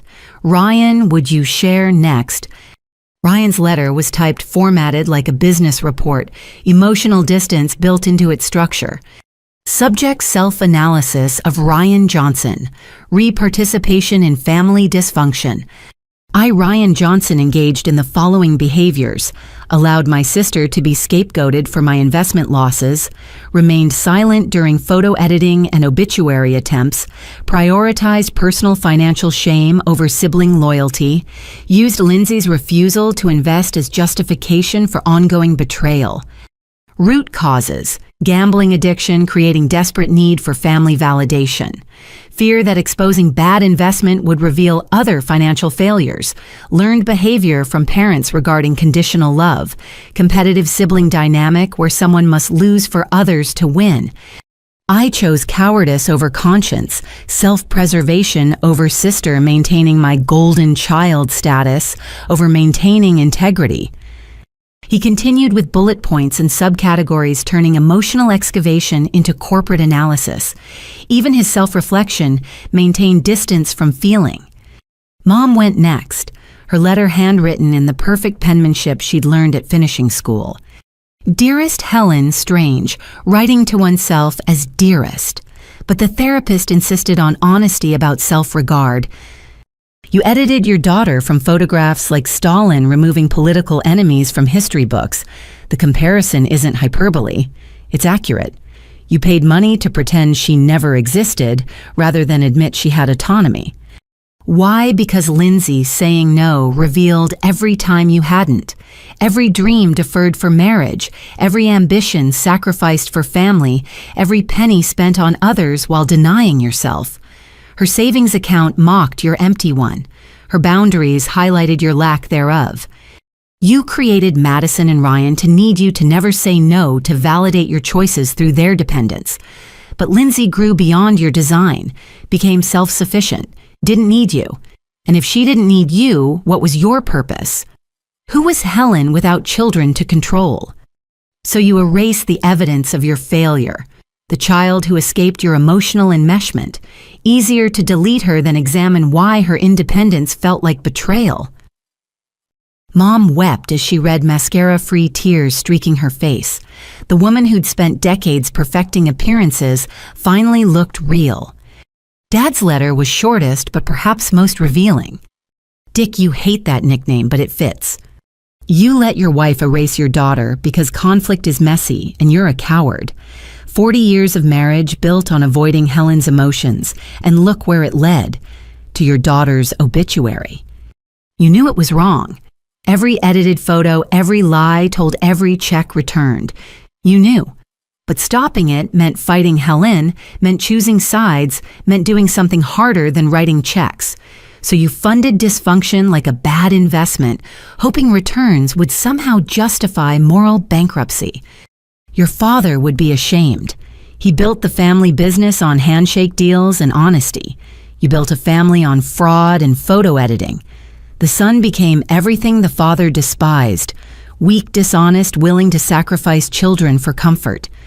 You failed as a father the moment you chose ease over ethics. His voice cracked on the final lines, the businessman facade crumbling to reveal a man recognizing his own father would disown him for his choices. Lindsay, Dr. Chen prompted gently, would you like to share? I unfolded my letter, written and rewritten dozen times before finding the right words. Dear Lindsay, you survived attempted erasure by the people supposed to love you unconditionally. That's remarkable. But survival isn't the end goal. It's the beginning. You've spent 3 months fighting to prove you exist, gathering evidence documenting betrayal. Necessary work, but dangerous if it becomes your identity. You are more than their failure to love you properly, more than the daughter they tried to delete. The hardest truth. Part of you saw this coming, felt the conditional nature of their love long before the investment request, noticed how praise came with price tags, how support required surrender. You saved money partly for security, partly as rebellion against their financial enmeshment. When you said no, you weren't just refusing investment. You were declaring independence they'd never granted. And they responded like any empire to a colony's revolution, with attempted annihilation. But here's what matters. You didn't disappear, didn't apologize for existing, didn't beg for reinstatement in their edited reality. You stood in your truth while they paid to hide from theirs. That's not just survival, that's victory. Now comes the harder part. Deciding whether these people deserve space in your life, whether therapy can rebuild what photo editing destroyed, whether family is worth saving when they tried to declare you dead. There's no wrong answer, only choices and consequences. But whatever you decide, know this, you were worth more than their $1,200 erasure. You were worth more than $50,000 in startup funds. You were worth unconditional love they couldn't give. Their failure doesn't diminish your worth. Remember that as you choose what comes next. Silence settled over the room as I finished each of us sitting with truths we'd told ourselves when no one else could judge. Dr. Chen let the moment stretch before speaking. These letters reveal significant self-awareness. Madison recognizing narcissistic injury, Ryan acknowledging cowardice disguised as analysis, Helen seeing how her enmeshment created the crisis, Richard understanding his enabling role, and Lindsay recognizing that healing means more than proving others wrong. The question now is what you do with these insights. Awareness without action is merely sophisticated suffering. You've identified patterns. Will you change them? Mom asked desperately. How do we rebuild after this? Start with what you can control, Dr. Chen suggested. Helen, can you respect Lindsay's financial boundaries without feeling personally rejected? I want to say yes, but honestly, it still stings. Like she's saying our love has limits. All healthy love has limits, Dr. Chen corrected. Boundaries aren't walls, they're property lines. They say, I love you and I love myself. Can you accept that? I can try. Ryan, can you take responsibility for your gambling and investment losses without scapegoating Lindsay? The investment wasn't her fault, he admitted slowly. Even if she'd joined, it would have failed. I've been blaming her for my own poor judgment. Progress. Madison. I need individual therapy, Madison said firmly. Intensive work on why I'd rather kill family symbolically than accept rejection. That's not normal. I see that now. Richard, I need to find my spine, Dad said bluntly. 40 years of avoiding conflict led to my daughter's near burial in newsprint. That stops now. And Lindsay, what do you need? Time, I answered after consideration, and consistent actions matching these words. One therapy session doesn't erase 3 months of erasure. Trust rebuilds slowly, if at all. Fair. Let's discuss next steps. I'm recommending continued family sessions alongside individual therapy for everyone. Madison. I'm referring you to Dr. Patricia Hernandez, who specializes in narcissistic injury recovery. Ryan Gamblers Anonymous and couples counseling if Emma agrees. Helen and Richard, I suggest marriage counseling to address your enmeshment patterns. She turned to me last. Lindsay, consider grief counseling. You're mourning the family you thought you had while navigating the one that exists. That's complex loss requiring specialized support. We scheduled follow-up appointments, the logistics of healing as complex as the dysfunction that necessitated it. As we prepared to leave, Dr. Chen offered final thoughts. This family attempted something unconscionable, erasing a member who wouldn't comply with demands. But you're here doing hard work, facing ugly truths. That's not nothing. Whether it's enough remains to be seen, but showing up is the first step. We filed out differently than we'd entered.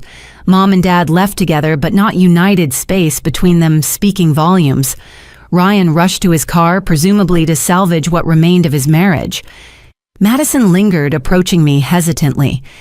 The trophies, she said quietly.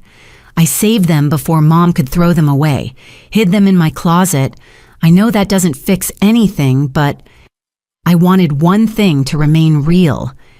It was a small gesture that might mean nothing or everything. I nodded acknowledgement without offering forgiveness she hadn't asked for. Some bridges required more than hidden trophies to rebuild. I drove home, processing the session, our letters revealing depths of dysfunction and glimmers of hope. My family had opened my envelope days ago, finding inside documentation of their betrayal. Today, we'd opened our own envelopes, revealing truths harder to face than any external accusation. Whether those truths led to transformation or simply sophisticated explanations for continued dysfunction remained to be seen. But at least we were speaking honestly, even if only to ourselves, in letters we'd been forced to write. The edited family portrait still hung in their living room, monument to their willingness to pay for comfortable lies. But somewhere in storage sat dusty soccer trophies, saved by the sister who'd tried to declare me dead. Contradictions and complexity, cruelty and kindness, all existing simultaneously in the messy reality of family. Time would tell which impulse won, the one that saved trophies or the one that submitted obituaries. For now, I drove toward my chosen family, the ones who never needed to edit me, to love me carrying hard-won knowledge that survival was indeed just the beginning. What came next was up to me, and for the first time in months that felt like freedom rather than exile. Sunday dinner at Grandma's house had been sacred tradition for 40 years.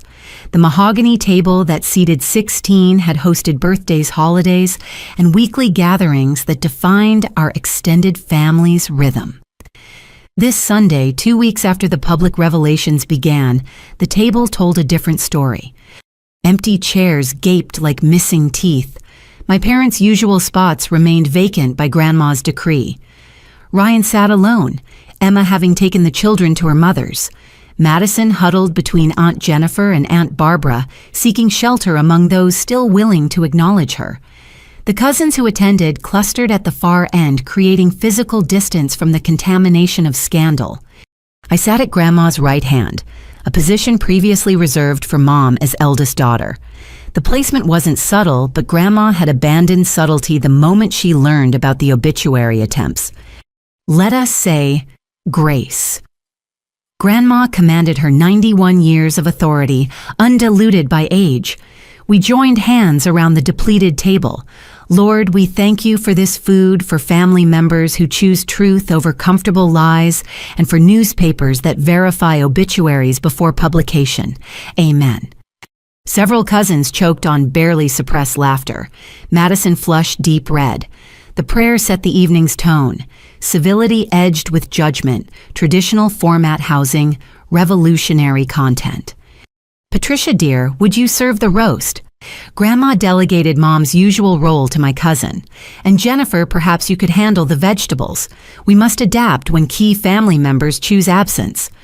They weren't exactly invited, Uncle Robert observed carefully. No, Grandma agreed. Actions have consequences. I spent 91 years building this family's reputation for integrity. They destroyed it in 3 months with photo editing and death notices. Grandma. Madison ventured weakly. They're trying to make amends. The therapy doesn't resurrect trust, Grandma interrupted. It might explain why you tried to bury your living sister in newsprint, but it doesn't undo the attempt. The meal continued with strained conversation punctuated by pointed silences. Cousin Sandra's twins chattered about school, providing blessed distraction. Uncle Robert discussed market fluctuations with anyone who'd listen. Aunt Barbara shared library gossip with determined normalcy.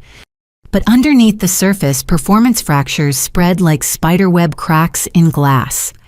Every family unit had been forced to choose sides, creating alliances and divisions that would last generations. Has anyone heard from Helen? Patricia's mother asked eventually the question everyone had been avoiding. She called Thursday, Aunt Barbara admitted, crying about losing her church position, her friends, her reputation. I told her she should have considered that before spending $1,200 on digital murder. Harsh, someone murmured. Accurate, Grandma countered. I raised Helen better than this. Somewhere I failed and she became someone who could erase her own child for saying no. That's my burden to carry, but I won't enable it further. What about Christmas? Cousin Tom asked. It's 2 weeks away. Are we really going to split the family for holidays? The family's already split, Aunt Jennifer observed. We're just acknowledging it now. Those who participated in or enabled Lindsay's erasure can celebrate together. Those who find attempted obituaries abhorrent can gather elsewhere.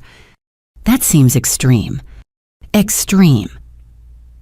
I finally spoke, having remained silent through dinner. What's extreme is trying to publish death notices for living relatives. Having separate Christmases is just logical consequence. But family should forgive, Tom's wife suggested, especially during holidays. Forgiveness isn't mandatory, Grandma said firmly. It's earned through consistent change over time. 2 therapy sessions don't erase 3 months of systematic cruelty. Madison started crying quietly. Aunt Barbara passed tissues without commentary. The tears felt real but also performative grief, mixed with manipulation in proportions impossible to determine. I ruined everything, Madison whispered. The whole family's destroyed because of me. No, I corrected firmly. You participated, but Mom and Dad orchestrated. Ryan enabled. Everyone made choices. The family's fracturing because those choices have consequences, not because you're uniquely responsible. How generous, Ryan muttered, speaking for the first time, spreading blame around. Would you prefer I focus solely on your gambling debts and hidden mortgages, or your silence during the photo editing, your participation in the lies? I met his glare steadily. I'm trying to be fair, Ryan, more fair than any of you were to me. This is what I mean, Tom interjected. The anger, the accusations, it's tearing us apart. We were already torn, Aunt Jennifer said sharply. Some of us just didn't know it. Learning your relatives are capable of such cruelty changes things. I can't sit at Christmas dinner with Helen knowing she tried to publish Lindsay's obituary. Can't toast Richard knowing he funded it.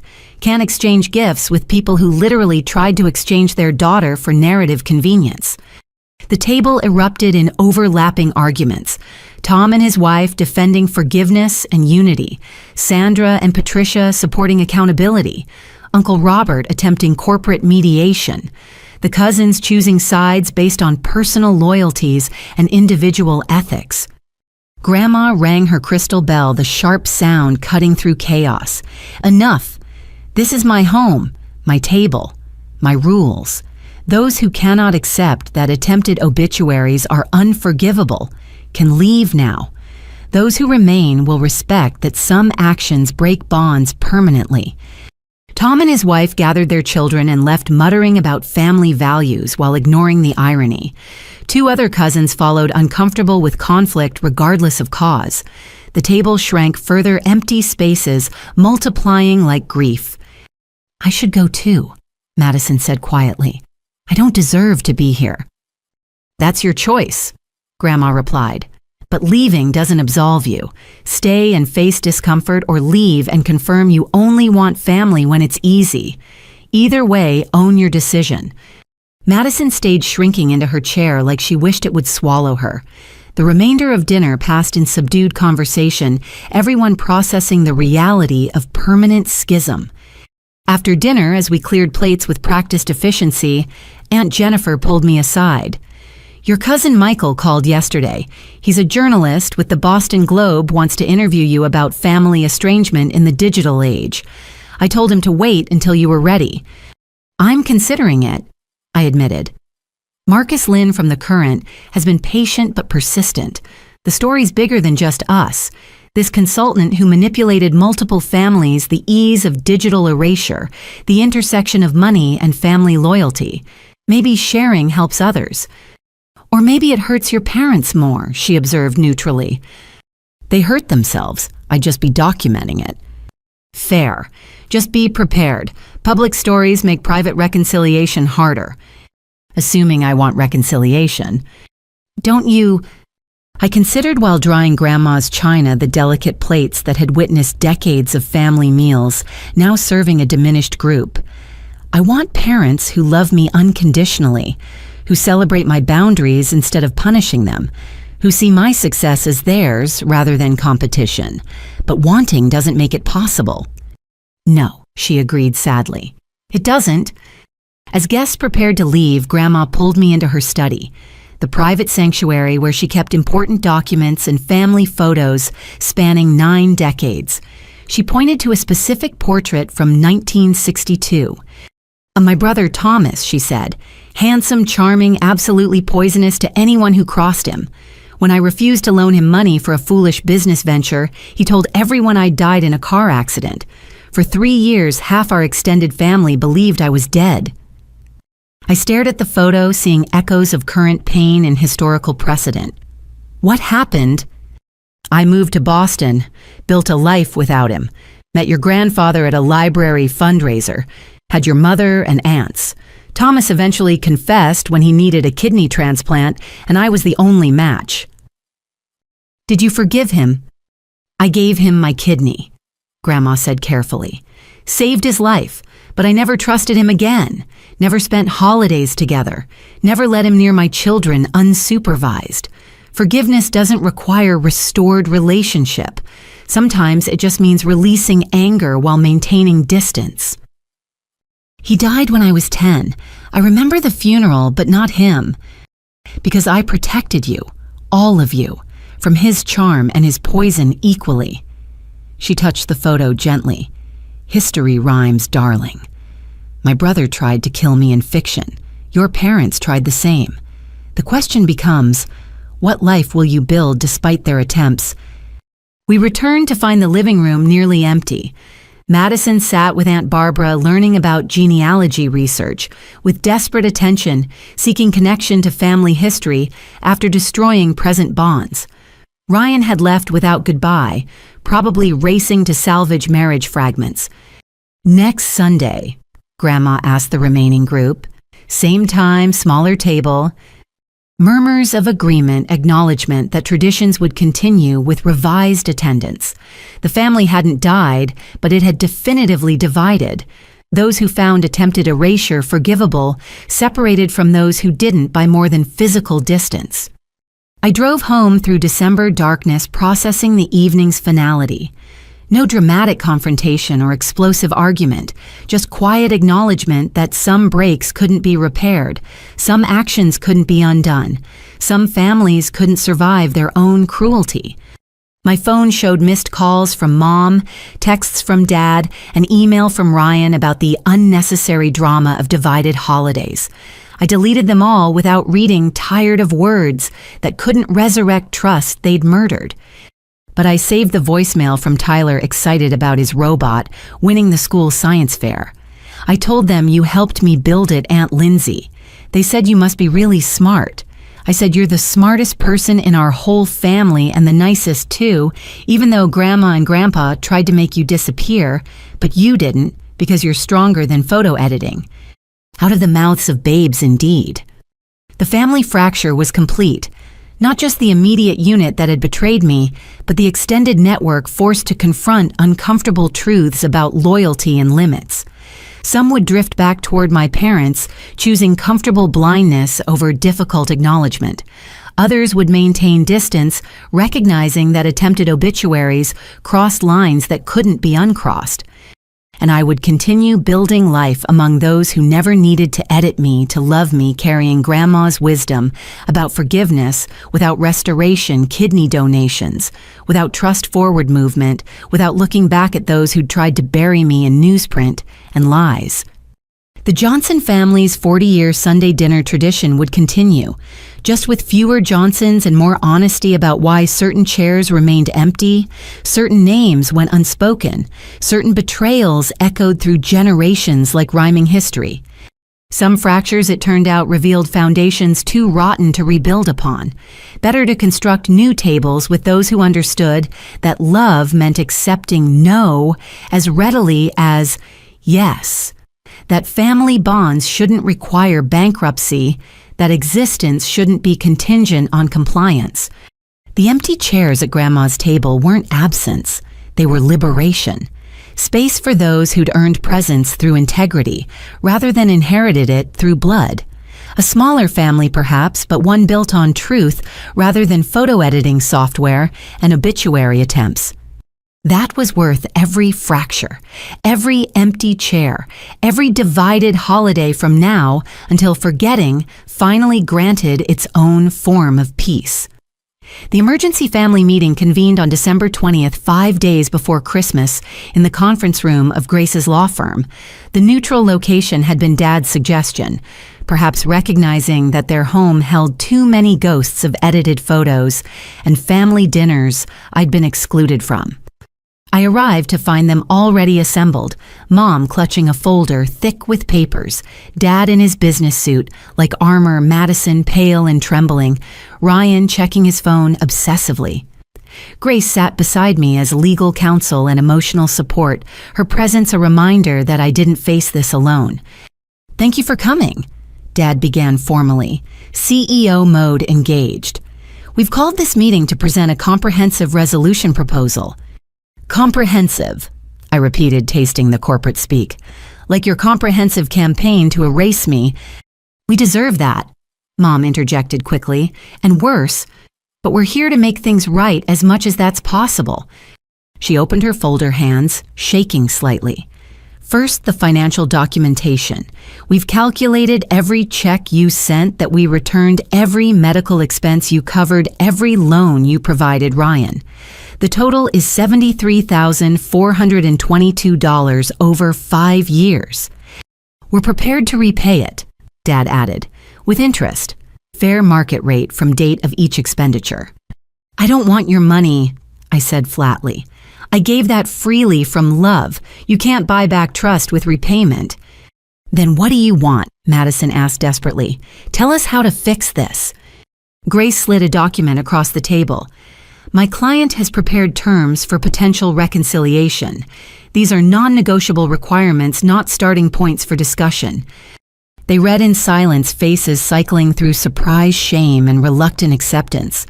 I'd spent days crafting the requirements with Grace's help, balancing justice with the possibility of healing. Term 1, I explained. Individual therapy for minimum 1 year, progress reports provided quarterly to the family therapist. No group sessions where you can hide behind each other's dysfunction. Agreed, Mom said immediately. Term 2, full disclosure to remaining extended family. Not the sanitized versions you've been offering, but complete truth about the photo editing, the obituaries, the consultant manipulation. Written letters to each person you lied to. That's dozens of people, Ryan protested. 43 by Aunt Jennifer's count. You created 43 different lies about my whereabouts. Each one requires correction. Fine, Dad conceded. What else? Term 3. The trust fund for Tyler and any future grandchildren, irrevocable with me as co-trustee to ensure it's actually funded and protected from Ryan's gambling or other family financial dysfunction. How much? Ryan asked, already calculating. Equivalent to what you tried to steal from my portion of the family trust.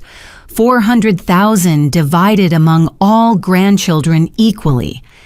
400. Madison started to protest, then stopped. Actually, that's fair. We tried to take yours. This protects the next generation from us. Her acknowledgement surprised me, suggesting therapy might be working deeper than surface compliance. Term 4, I continued. The edited family portrait stays displayed for 1 full year. Beside it, a printed explanation of what was done and why, signed by all participants. Visitors to your home deserve truth about what they're seeing. Public humiliation, Mom whispered. Public accountability, Grace corrected. Your client chose public deception. This merely balances the scales. Term 5, no contact for 6 months except through Dr. Chen.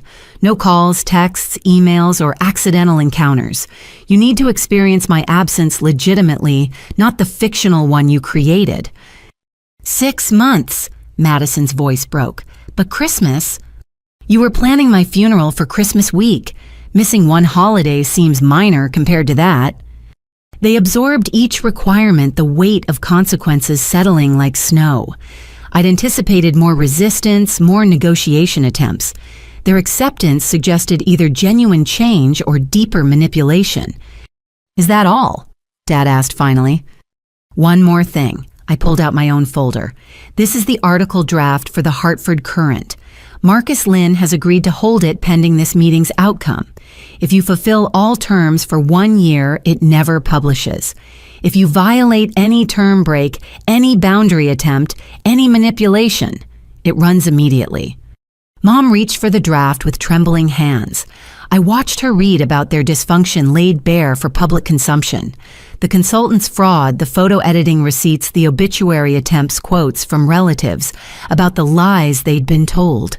The article was devastating in its simple recitation of facts. This would destroy us, she said quietly.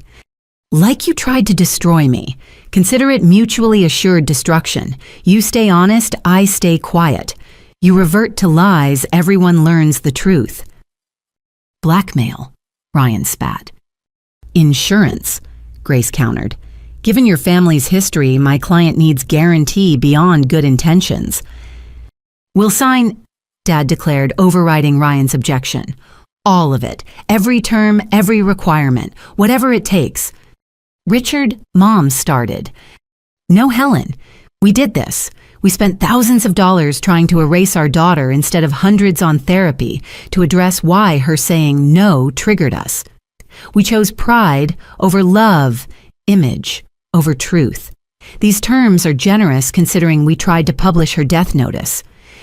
The words hung heavy between us. Dad acknowledging the full weight of their actions felt like a minor miracle, though I remained wary of performance versus genuine recognition. They signed the documents with the solemnity of a surrender treaty. Grace notarized each signature, made copies for everyone, filed the originals in her office safe. Legal framework for emotional reconstruction, binding contracts for broken bonds. What happens after the 6 months? Madison asked softly. If we do everything right, follow all the terms, do we get our sister back? You get the chance to earn a relationship with who I am now, I clarified. Not the compliant daughter who never said no, not the family ATM, not the scapegoat for your failures. Someone new with firm boundaries and zero tolerance for manipulation. Whether that person wants a relationship depends on who you become during those 6 months. That's fair, Mom admitted. More than fair. We mourned losing the daughter we thought we owned. Maybe we can learn to love the daughter you actually are. Maybe I allowed offering no promises. As we prepared to leave, Ryan approached hesitantly. Emma's agreed to couples counseling. Seeing how you stood up to us, documented everything, protected yourself. It inspired her. She said if you could survive our attempts to erase you, she could survive my financial betrayals. You saved my marriage by destroying our dysfunction. I saved myself. Emma saved your marriage by choosing to try, despite having every reason to leave. Don't make me responsible for your redemption any more than you made me responsible for your failures.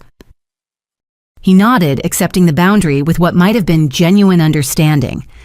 Madison hugged me briefly, whispering apologies I wasn't ready to receive. Mom and Dad stood awkwardly, clearly wanting the physical comfort of farewell hugs, but respecting the no-contact term they'd just signed.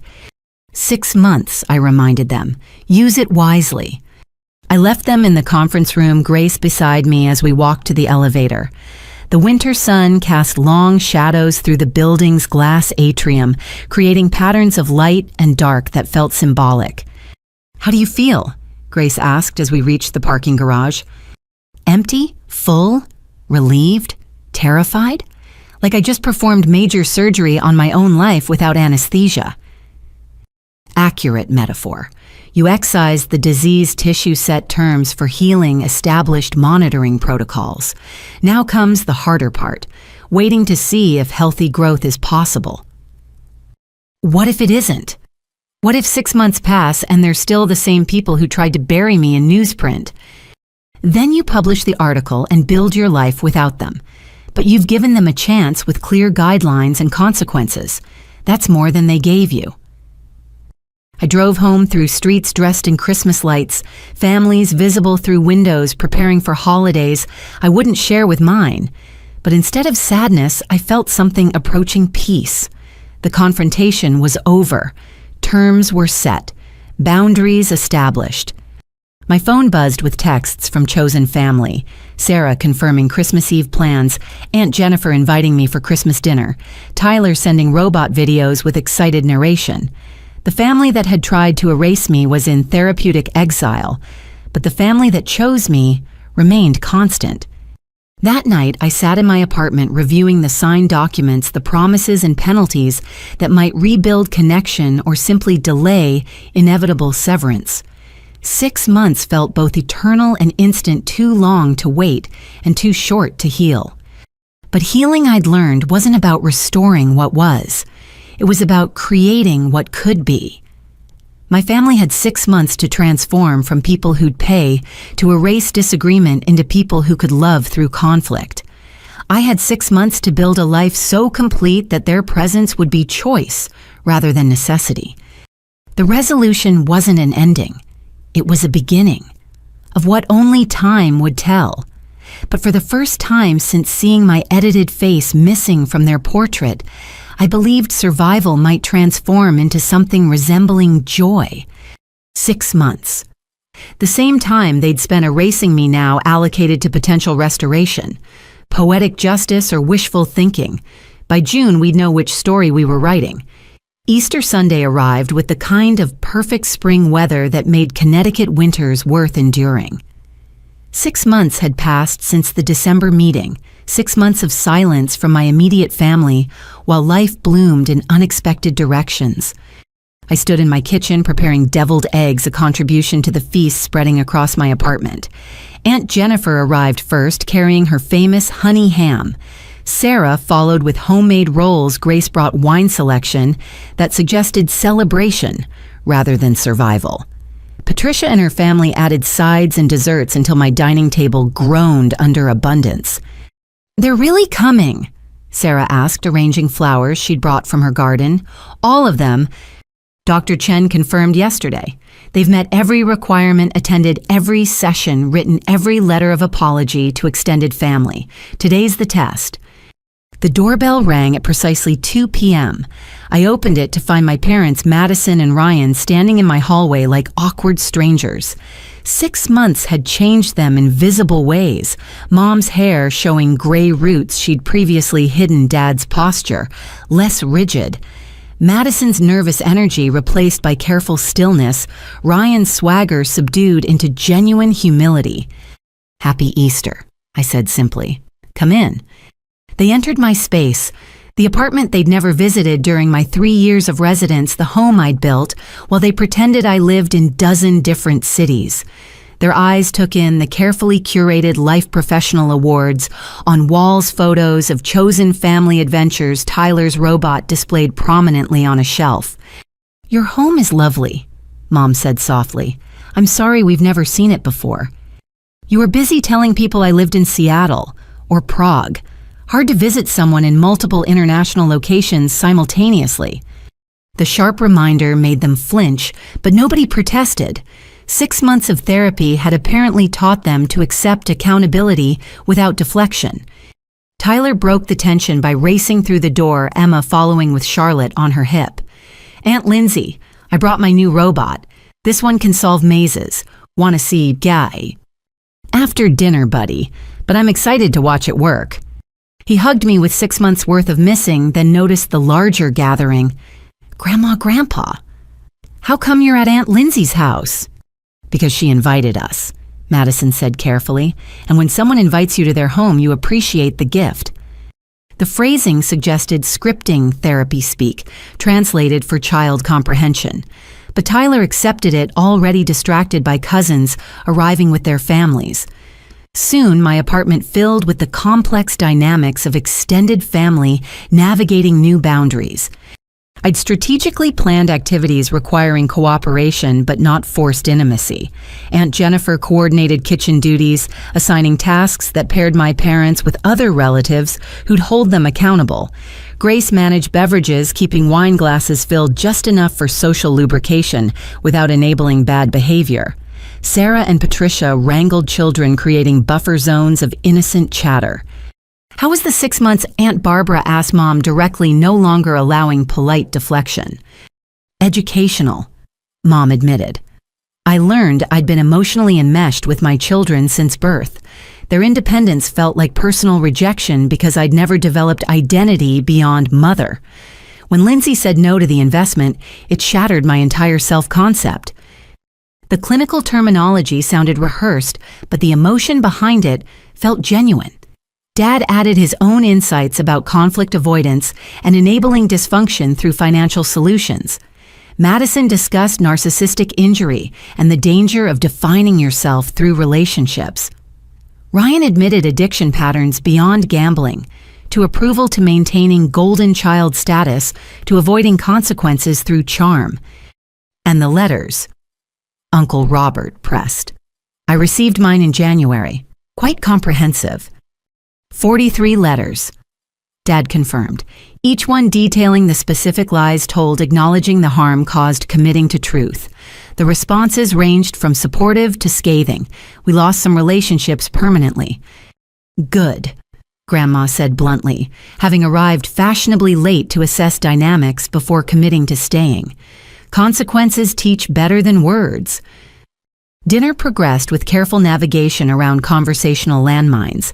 We discussed neutral topics: Tyler's school achievements, spring gardening plans, upcoming family graduations. Nobody mentioned the edited portrait still hanging in my parents' home, the article draft still waiting in Marcus Lynn's files, the trust fund documents ensuring future generations' protection from family financial manipulation. But healing peeked through in small moments. Mom asking about my work with genuine interest rather than competitive comparison. Dad acknowledging my financial wisdom without making it about his failures. Madison discussing her new job without expecting investment or rescue. Ryan sharing recovery milestone coins with humble gratitude rather than performed shame. "I've been accepted to MIT cousin Sandra's daughter," announced over dessert. Following in Lindsay's footsteps, except engineering instead of medicine, Lindsay went to Johns Hopkins. Mom corrected automatically, then caught herself. Sorry. Old habit minimizing her achievements to protect Madison's feelings. Johns Hopkins for undergraduate, then Harvard Medical School. We should have celebrated that instead of seeing it as showing up Madison's community college path. Madison flinched but nodded. I wasn't ready for university at 18. Lindsay was. Comparing us was unfair to both. These small acknowledgments accumulated like healing snow, covering old wounds without erasing their existence. The family that had tried to delete me was practicing seeing me clearly, speaking truth, even when it stung. After dinner, while adults cleaned and children played, I found myself on the balcony with Ryan. 6 months of silence between us felt both heavy and necessary. "I paid it back," he said quietly. "The $40,000 you covered for gambling debts. Sold the boat, the motorcycle, some stocks. Checks in your car." I said I didn't want. "I know, but I need to do this. Not for you, for me. Part of recovery is making amends through actions, not just words. Take the money, donate it, burn it. Just let me give it back." I nodded, understanding the 12-step philosophy behind his need. Hartford Hospital's cardiac unit could use new monitoring equipment. "Perfect. I'll make the donation directly in your name." "Our name," I corrected. "The Johnson Family Fund. Let something good come from all this." His eyes welled, the first genuine emotion I'd seen from him without performance or manipulation behind it. We stood quietly watching the sun set over Hartford brothers and sister who'd found distance might serve better than the enmeshed proximity we'd known. Inside, Tyler demonstrated his maze-solving robot to an appreciative audience. The algorithm he'd programmed with my remote help navigated complex paths, backing up when hitting walls, trying new routes until finding success. "Just like families," Grandma observed. "Hit a wall, back up, try a different path. Eventually you find your way or accept some mazes can't be solved." "Ours can be solved," Madison said with desperate hope. "Right, we're here, we're trying, we're different now." "Different is step one," I replied carefully. "Trust takes longer, but yes, being here is progress." As evening approached, the gathering naturally wound down. Families with small children left first, then elderly relatives, until only immediate family remained. The apartment that had felt crowded now seemed too large for the weight of unspoken questions. "What happens now?" Mom asked finally. Are we allowed to contact you?" "Thoughtfully," I answered after consideration. "No daily calls or casual drops by, no expectations of immediate closeness. We're rebuilding from foundation, not renovating existing structure. That takes time." "How much time?" "As long as it takes. Maybe forever. Maybe we never get back to what we were." "What we were was broken," Dad interrupted. "You giving endlessly while we took, us demanding while you depleted. That's not worth returning to." "No," I agreed. "So we build something new. Weekly therapy continues. Monthly family dinners here, neutral territory. Boundaries respected, not tested. Progress measured in years, not moments." They nodded, accepting terms that once would have triggered extinction burst behaviors. Madison approached for a hug, pausing to ask permission first. I accepted briefly, noting her respect for physical boundaries previously trampled.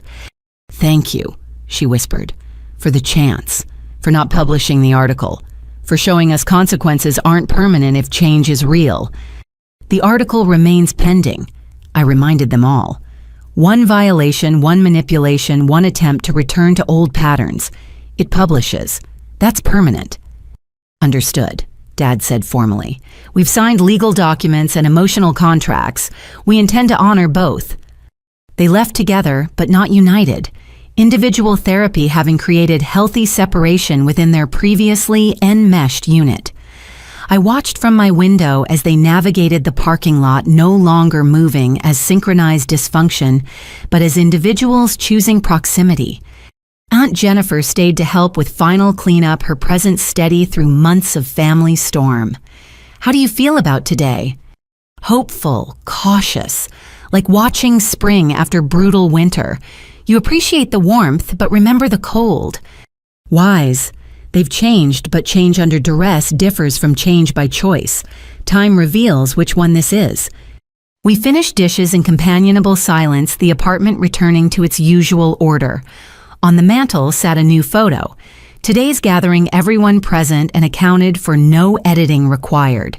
It would never replace the family portraits destroyed by their deception, but it documented new possibility. My phone buzzed with a text from Tyler.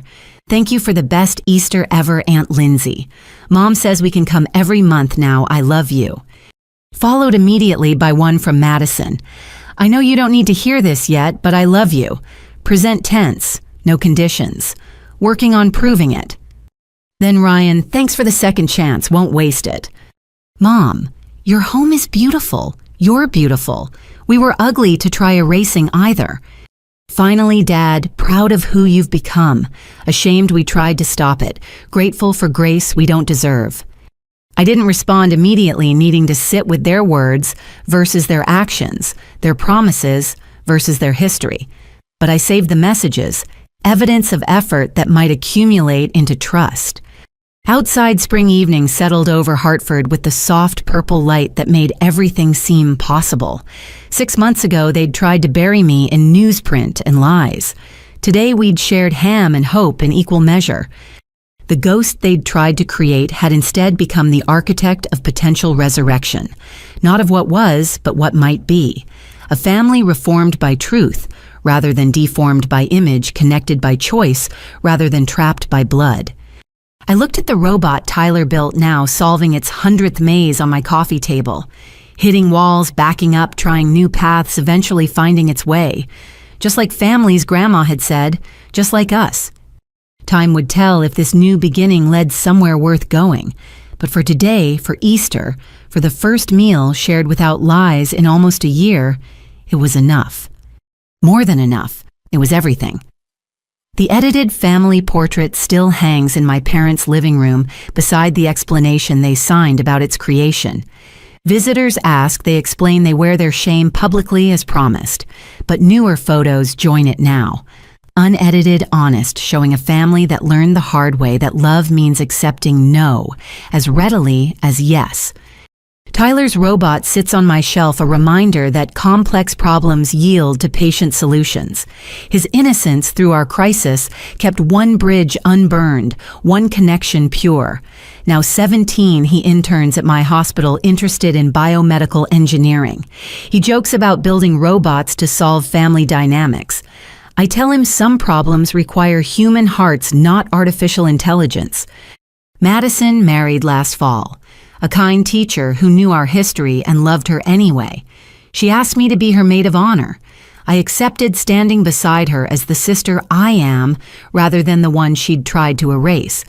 Her vows included promises about honoring boundaries. Mine, giving the toast, celebrated redemption, earned through accountability. Ryan sponsors others in recovery, now sharing our story as cautionary tale and hopeful ending equally.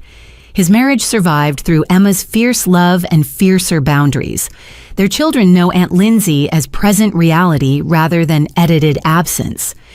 My parents volunteer at the hospital foundation raising funds for the equipment their repayment purchased.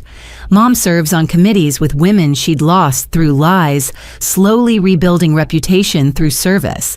Dad mentors young entrepreneurs about ethical business practices and the danger of family enmeshment in financial decisions. The consultant who'd encouraged my erasure faces fraud charges from multiple families she'd manipulated. Her son Jeremy builds websites now humbled by spectacular failure. We nod when passing but don't speak. Some bridges need not be rebuilt. Dr. Chen still sees us monthly guiding the delicate process of creating healthy patterns where dysfunction once thrived. She calls us her greatest challenge and most hopeful outcome proof that even attempted obituaries can transform into new life. The article never published. Marcus Lynn keeps it updated, but unfiled understanding its power lies in potential rather than print. Someday, I might tell our story publicly, helping other families navigate the space between loyalty and boundaries. For now, living it well seems testimony enough. Forgiveness came slowly, trust slower still. But somewhere between their signatures on legal documents and Tyler's latest robot demonstration, I stopped seeing them as the family who'd tried to erase me and started seeing them as the family brave enough to face why. Love doesn't conquer all. That's Hallmark fantasy. But accountability conquers more than we imagine. Truth conquers even more. And choosing to rebuild after complete destruction, that conquers most of all. They cropped me out from the family portrait, so I handed them an envelope that changed everything, not through revenge or revelation, but through the radical act of requiring they see themselves clearly. In that clarity, they found the courage to change. In that change, we all found our way home. Different home. Better home, but home nonetheless. What would you do if your family tried to erase you for setting a boundary? Have you ever had to choose between financial security and family demands? I'd love to hear your thoughts and experiences in the comments below. If this story resonated with you, please consider sharing it with others who might be struggling with family boundaries or financial manipulation. Sometimes knowing you're not alone in these challenges makes all the difference. Don't forget to like this video if you found value in the story and subscribe to our channel for more narratives about complex family dynamics and the journey to healing. Your support helps us continue sharing these important stories. Thank you for listening to my journey. May your own family stories be filled with more understanding than erasure, more growth than grief, and may you always remember, you deserve to exist fully, boundaries and all. Until next time, keep choosing truth over comfortable lies. Your authentic self is worth more than any edited version others might prefer.